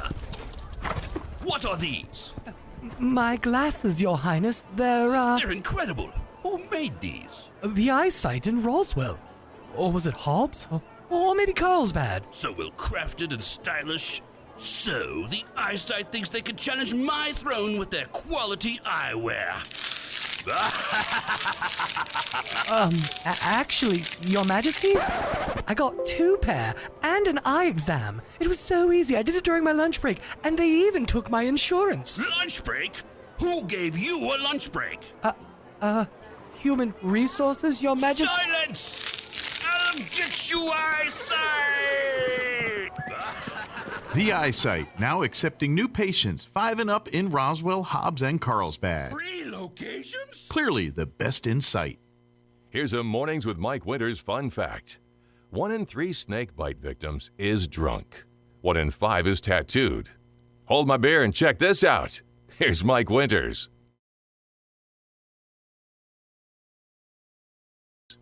And good morning. It is 22 minutes after 8 o'clock. And joining us in studio this morning from the iSite here in Roswell, amongst other places, but also now here in Roswell, John and Nathaniel are joining us in studio this morning. Good morning, gentlemen. How y'all doing today? Good. How are you? Doing good. Of course, now you actually are an optometrist, right? No, so I'm a optometrist technician. There you go. Yes, Okay, sir. and then I think you're kind of the wizard that does all the numbers and everything. Optician, I work with the lenses and definitely get my numbers all together. Okay, very good here. Just kind of talking because and this is something when you may not realize it when you walk on the iSite. I mean, you guys have you're pretty thorough as far as what tests you can run. What it's a lot more than just hold the spoon up to your eye and you can read the bottom line. All right, you need glasses. It's way more than that. You guys are checking, and so so that's why I was kind of asking about technique, because there's so many. You have your actual opticians. They're the ones that are the doctor that's saying this is what's going on. But there's so many levels of the running the equipment, doing all this. So that's why I was kind of there's more than just the eye doctor and kind of the clerical staff. Yeah. A lot of moving parts in an optician's office. Absolutely. So now the iSite, now you guys have been, you're not new to the region. You guys have been in Artesia and various other places around. But you've been here in Roswell we were trying to do it, it's about 8 months. Is that about the right number? So we opened January 9th. January 9th. Yes, so we're getting into 10 months now here, going into 11 here. So. Yeah, been going strong. Excellent. Happy to be here. Happy to serve the community and take care of all the needs that have been neglected over the past couple of years. Absolutely. Well, and that's something, and I'm guessing too, part of it's insurances and things like that, because that's, and when you get into that insurance game and insurances are so different on what services they provide. So opticians and eye companies are usually, certain companies, things are like, no, we don't, because we don't work with them. And so that does create a problem for some people. And so you guys really have worked with, like, for instance, like Davis Vision. That's one I know if people, and that's the school districts. Mm-hmm. And this is a little personal. That's how I know this one firsthand, but that's what the school district provides. But a lot of opticians and things weren't accepting that. And so you're in town, you're like, we do accept Davis. Come see us. If you haven't been able to see an eye doctor because no one takes your insurance, guess what? We'll take your insurance. We'll take it. Yes, and that's a big deal. So I think over the last 10 months here, people are like, oh, there's a place that actually will take my insurance. I can come. Oh, by the way, they're very thorough and very good at what they do too on all that. But you know what I mean? And so I think just to offer something that people, think they have, and it's sometimes not always, that you're providing that now. And that's what Roswell needs to know is, hey, if you're one of those folks that your insurance was not jiving with a lot of people here, guess what? Come on down to the iSite. We can work with you. We can take care of that, and we can make sure that you're seeing the way you should be. Yes, sir. Yeah. So that's what we're here for. We're just here to, try to meet the needs that the community has. We accept Davis Vision, like you said, VSP, 90 degrees, Medicare. We're hoping to be credentialed with Medicaid soon, but that's a work in progress. Yeah, it's a very, very thorough process. So, how did it just kind of to talk about just kind of give folks a little bit of kind of the process a little bit. Like, so if someone wants to say that, maybe it's been a while, they haven't been in, or maybe they're bringing children in for the first time to check out what kind of just walk through like what they can expect for that experience to be like. Yeah, so we have great staff in the office. They would walk up, the front desk, be welcomed with a smile. They would, we offer full health checks, so we do, retinal photos, macular scans, things like that. So they'll definitely be getting the best eye exam that they've probably ever gotten. Sure. Especially since we haven't had somebody around to do those kind of in-depth thorough checks stuff for a while. Yeah. So we try to make it a fast, easy, fun experience for everybody. So yeah, come by, see us, and we'll get you all scheduled. Absolutely. And that's something that kind of where maybe this is something we could talk a little bit about, where, you see, because obviously we all go home, watch TV, and you see these commercials, and you always see commercials for glasses an hour and all these kind of quick kind of things. But it's and correct me if I'm wrong, but I think that there's always an exchange or a sacrifice for. So if you want fast, you may not get thorough. Yeah. And so these places that promise these glasses in an hour or all these kind of things, they're probably doing bare minimal tests. As far as knowing the true health of your eye, you may not be getting the full exam that you think you're getting.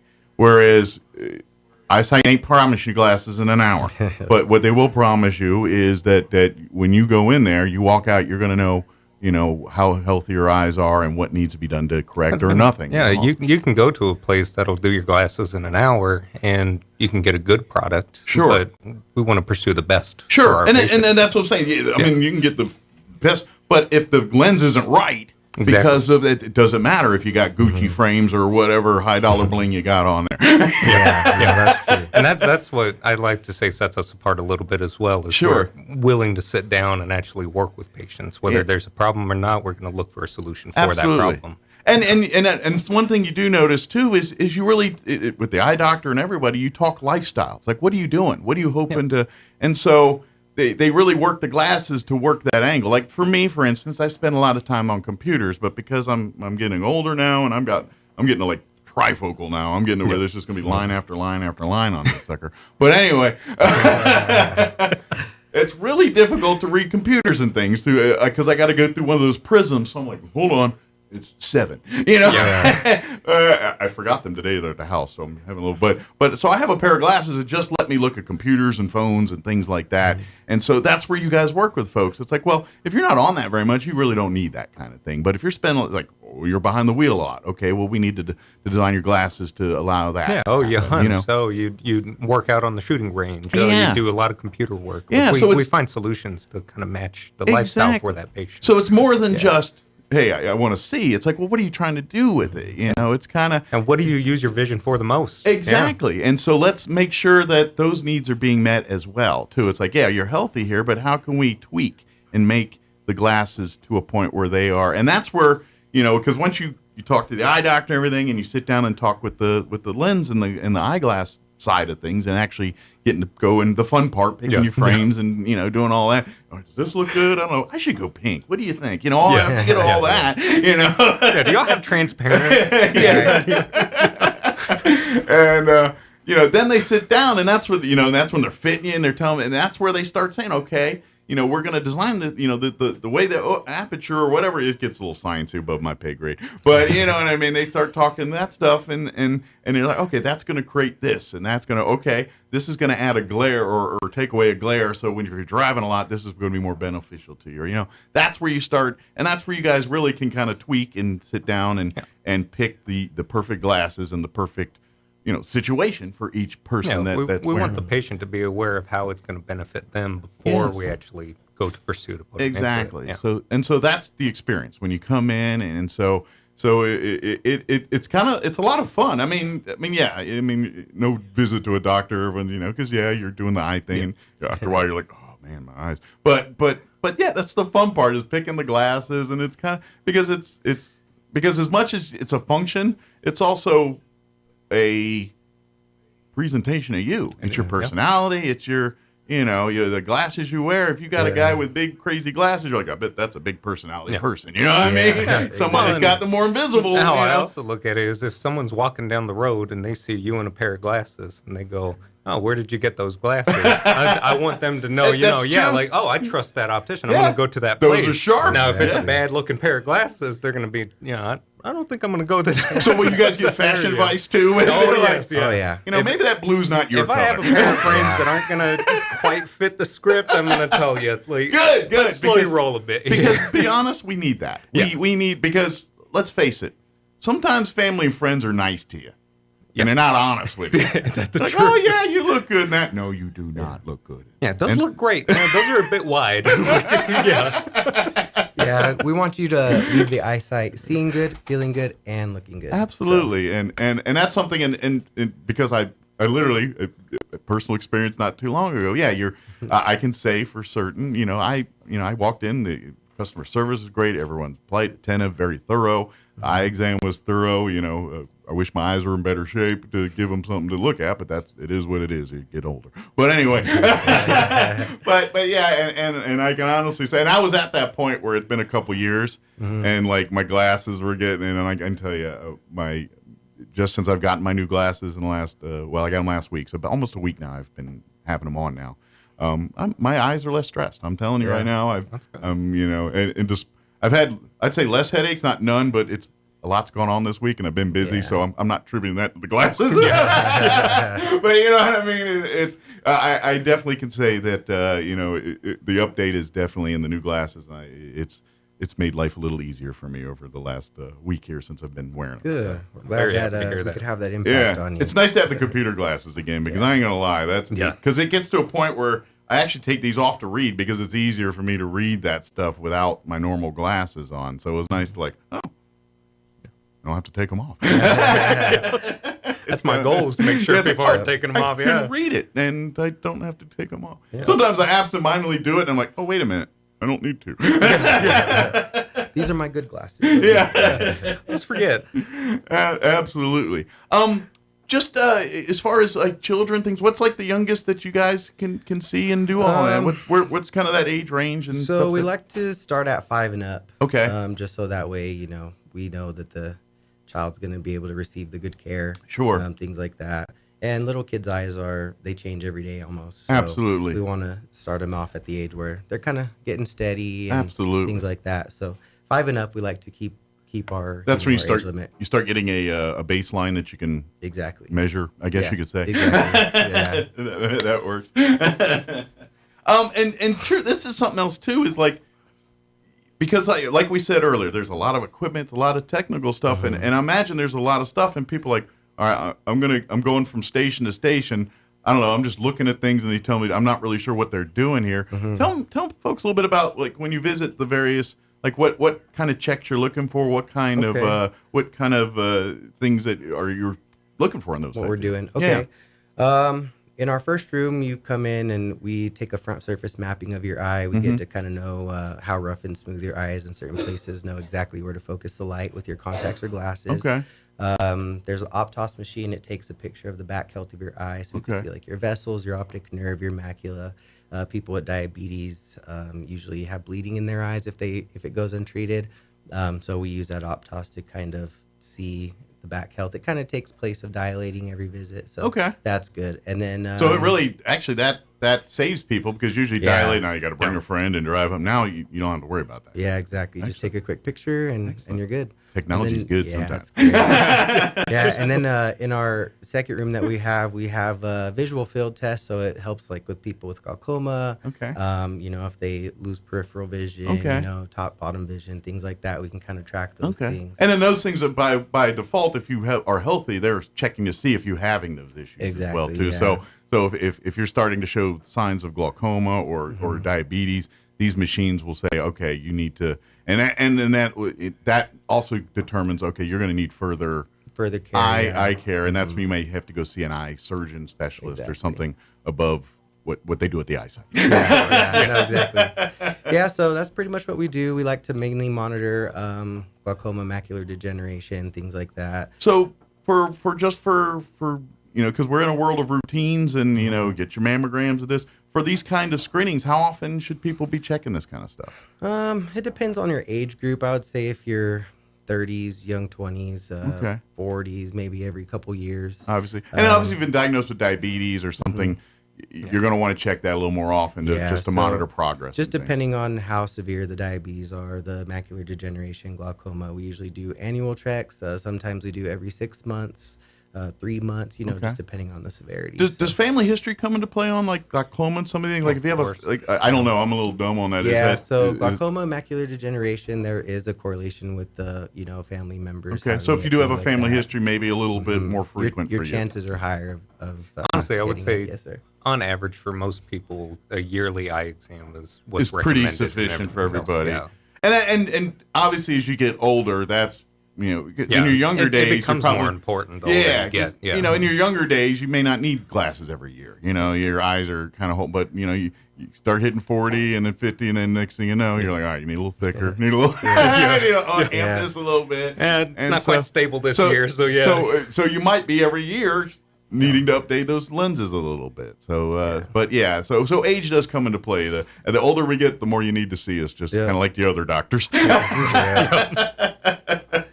Yes, sir. So usually 40s is whenever people have to start that progressive, the bifocal. Sure.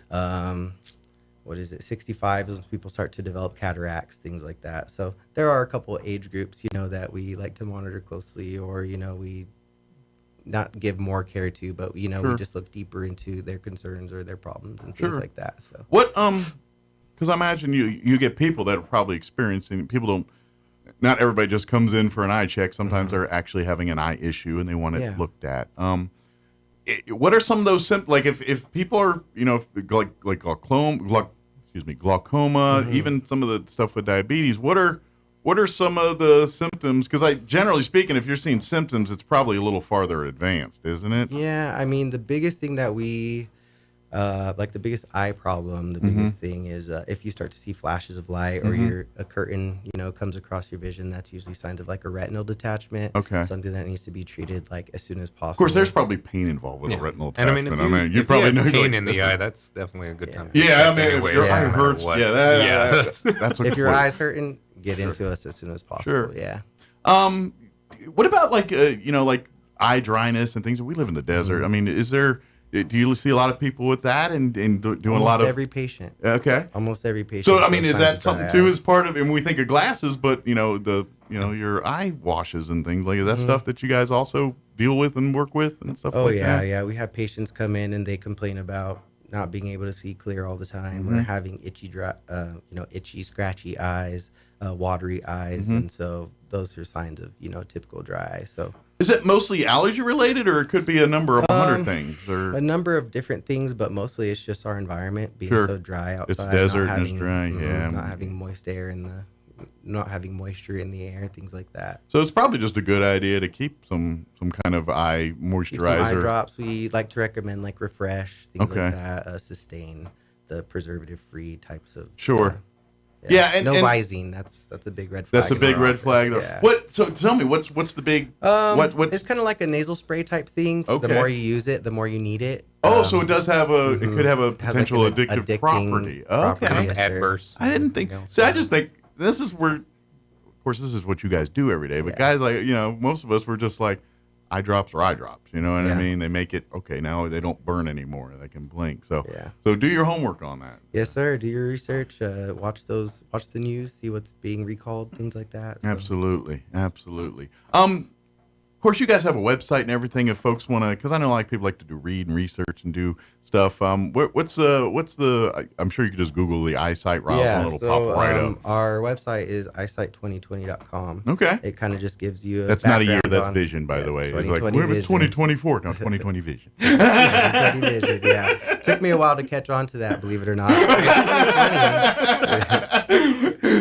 Was it like the one day where everyone's working and all of a sudden he walks in 2020's vision? I get it. It's like, okay. Yeah. I don't know if I'm fly on that wall. 20 meters, vision at 20 meters. And then he goes, who knew? And then he walks back into his office. You guys know that it's 2020 vision, right? But eyesight2020.com will get you there, and you can read. You can also schedule an appointment if you choose, or you can always call or come by the eyesight. Yeah, give us a call for sure. We'll answer any questions you have. Our staff is awesome. Yeah. And, if we don't know something, we'll find out that answer for you as soon as we can. Absolutely. And good news, you guys were knock on one, bliss and flood everything. You guys, you're kind of on the edge watching. Yeah. But luckily we got missed. I mean, we did get a little bit of damage on the inside with the floor, a little bit of a baseboard. Well, you find out how good your roof is on places like this too. Regardless of flooding, you find out how good your roof is. Yeah, that's true. But speaking of the flood, since we've been here, the community has been great, with helping us out and helping us get kicked off. So we wanted to do something to give back. Awesome. We're actually going to be a drop-off location for any type of donations like clothing, shoes, and new socks and underwear for kids, adults, just people that were directly affected by the floods. Excellent. So if you've got those, you can drop them off at the eyesight anytime during business hours. Anytime during business hours. We're open from 8 to 5 Monday through Friday. Excellent. So pretty much, if you're out and about Monday through Friday, you can bring them on by. And of course, if you have an appointment anyway, come on by. Maybe bring some socks and some underwear. Again, like I said, brand new. Other clothing, but you can get away with gently used. But socks and underwear, we want new of those. Yeah, definitely. Please, for everyone's sake. I won't take those underwear if they were that version. Absolutely. Well, great. So they can do that too. And of course, if you have any questions about what to bring, don't hesitate to call ahead and say, "Hey, I got this. Can you accept that?" And they'll be happy to tell you yes or no on that kind of thing. But schedule your appointments now. Like we say, go online. What is the phone number at the main office here in Roswell? It's going to be 575-465-3937. That's the hardest question. Most people. What's your phone number? I don't know. Yeah, it's not very often. That is like a Radio 101. It's the hardest question you ask people. What's your phone number? People don't know your phone number. I'm the same way. What's my phone number? Hold on. Let me look. Let me double check right quick. Smartphones have made us dumber. Yeah. Because I know when I was a kid, every one of my best friends, I knew their phone numbers by heart and everything else. And I could boop, boop, boop, boop, boop. Yep. Now I can't remember my own phone number. They made us dumber. I'm telling you. And blinder. No, I'm Very good. Of course, and like we said, if you're nervous or anything, because I know some people, trust me, they really go and make it comfortable and make it as pleasant as possible. And part of it too is explanations. You do talk because that's a lot of people. If you don't know, and that's why I was kind of like the machine. You're sticking your eye on one machine, the other. What are they doing? I don't know what's going on. And but you guys are really good. It's like, all right, we're checking for this now, this, and then you look at it, and like other things, when you see the scans later, it kind of looks like they're creating like think of like topography maps for like land and stuff, but for your eyeballs. And so you're kind of looking at it, you're like, here's a valley here and a crevice and they're explaining all that to you between the eye doctor and the technicians and things, and kind of, so by the time you get out of there, you're smarter, and you're also you feel like you're part of the process of your own health care. Yeah. And that's, I think, the biggest fear most people have is like, I don't know what's going on, or I don't have a say in it. And you guys, through personal experience, know firsthand that you guys navigate through that very well. Yeah. So, folks, if you have those kind of issues and stuff, eyesight will help you get through that. So whatever hangups you have, they can get you through it and get you seeing better and feeling better about everything. So good deal. Is there any information, anything that you guys wanted to share that I just started talking about other things and getting sidetracked on? Pretty much the only thing, we just want to welcome all the community to come down and see us. Yeah.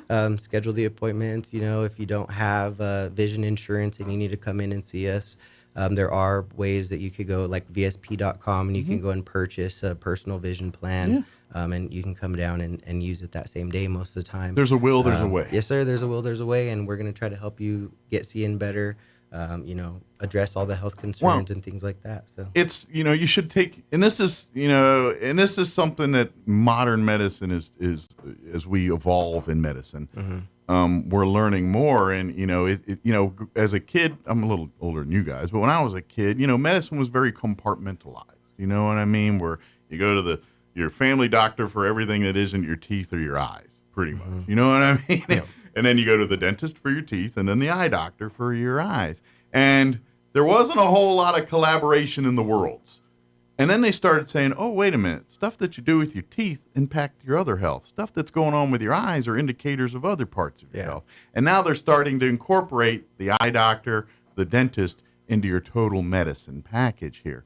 So I know people hit a certain age and they may neglect the things like the eye and teeth. Okay, that's secondary medicine. That's, luxury. You know what I mean? People neglect it because they don't put as much importance on it. Yeah. And what I'm telling you is, no, it's all connected. They're now finding out that if you work on your teeth, that impacts your heart. And Lord knows how many indicators your eyes tell you on what's going on with the rest of your body. Yeah. And so that's why it's so important that you pay attention to your eye health and your dental health, for that matter. True. Because of those issues. So if it's been a while, or if insurance was not your thing or not your ability, eyesight's here. Let's rectify all of that. Come get an appointment. Let's get a visit. Let's get you happy and healthy. Yes, sir. Good deal. Well, thank you guys. Hey, thank you for having us. And I will see you probably in about a year or so, I think. Tell your friends and family to come see us also. I got an appointment, I think, for August of next year, so I will see you in August. All right. Yes, I'm going to hold you to that. All right. I think I got a card somewhere. Thank you, guys. No problem. Appreciate You it. guys have a good one. You too. All right, it is 8:47. Let's pause for news, quick break, and sports update as well. Don't go away.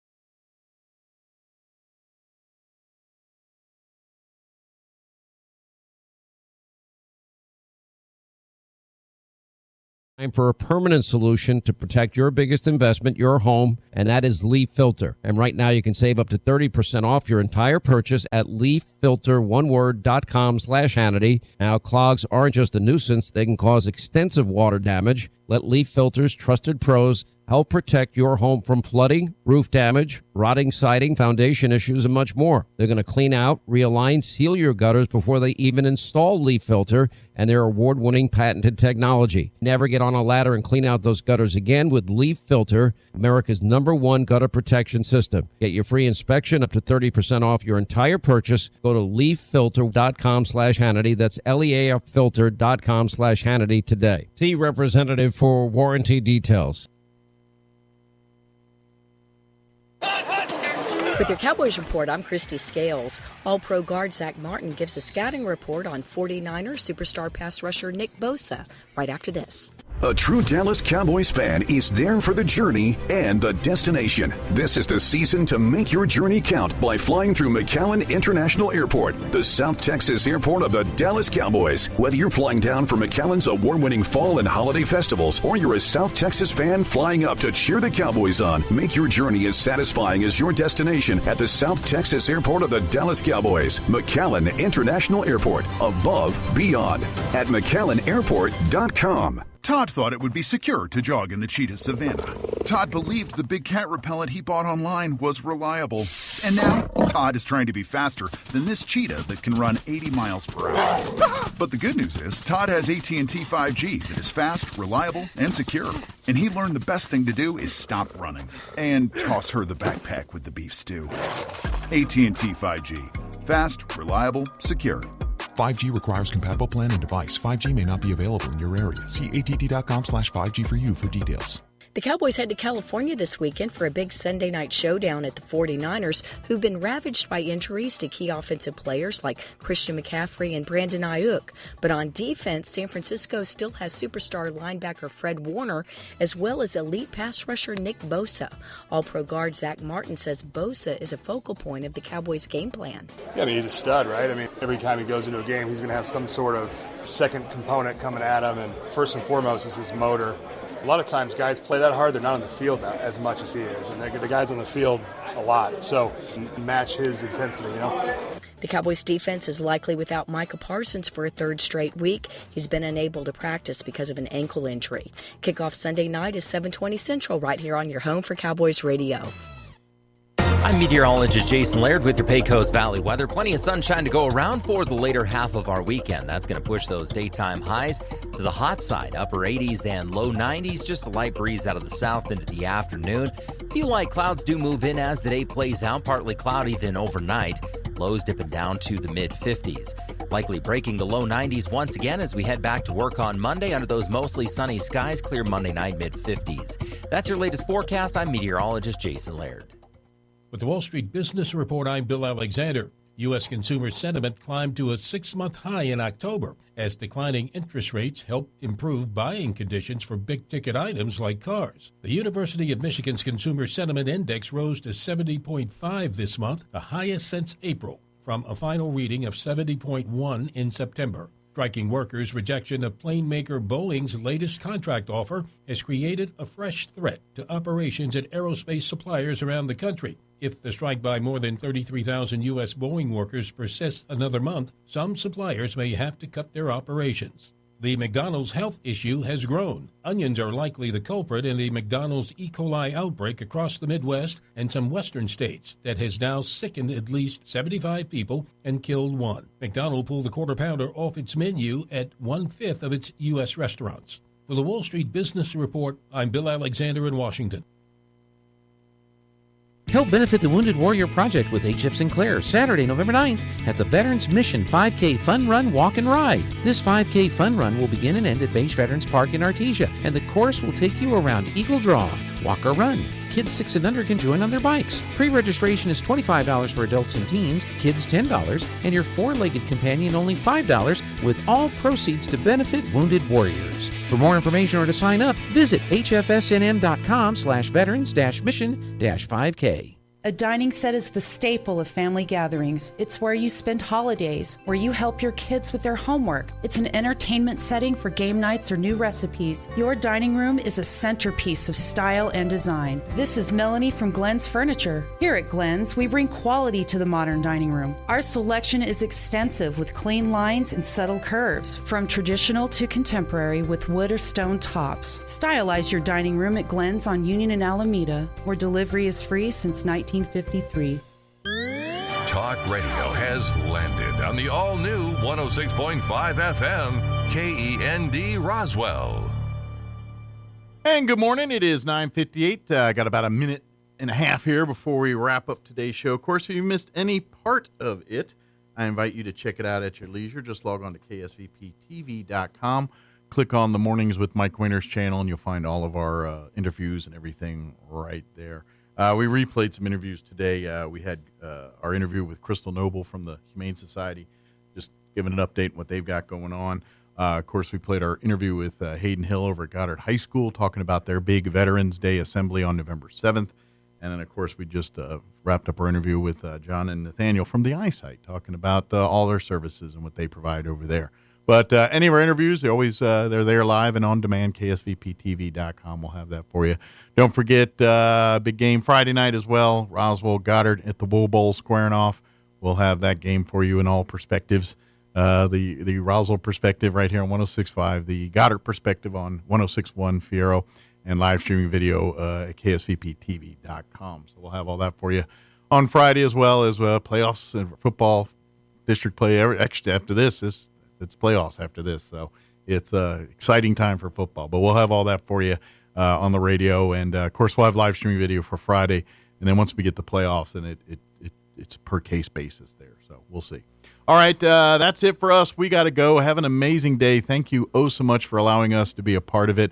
We'll be back with you bright and early, 7 a.m. tomorrow. Till then, take care, everybody. Breaking news this hour at townhall.com. I'm Bob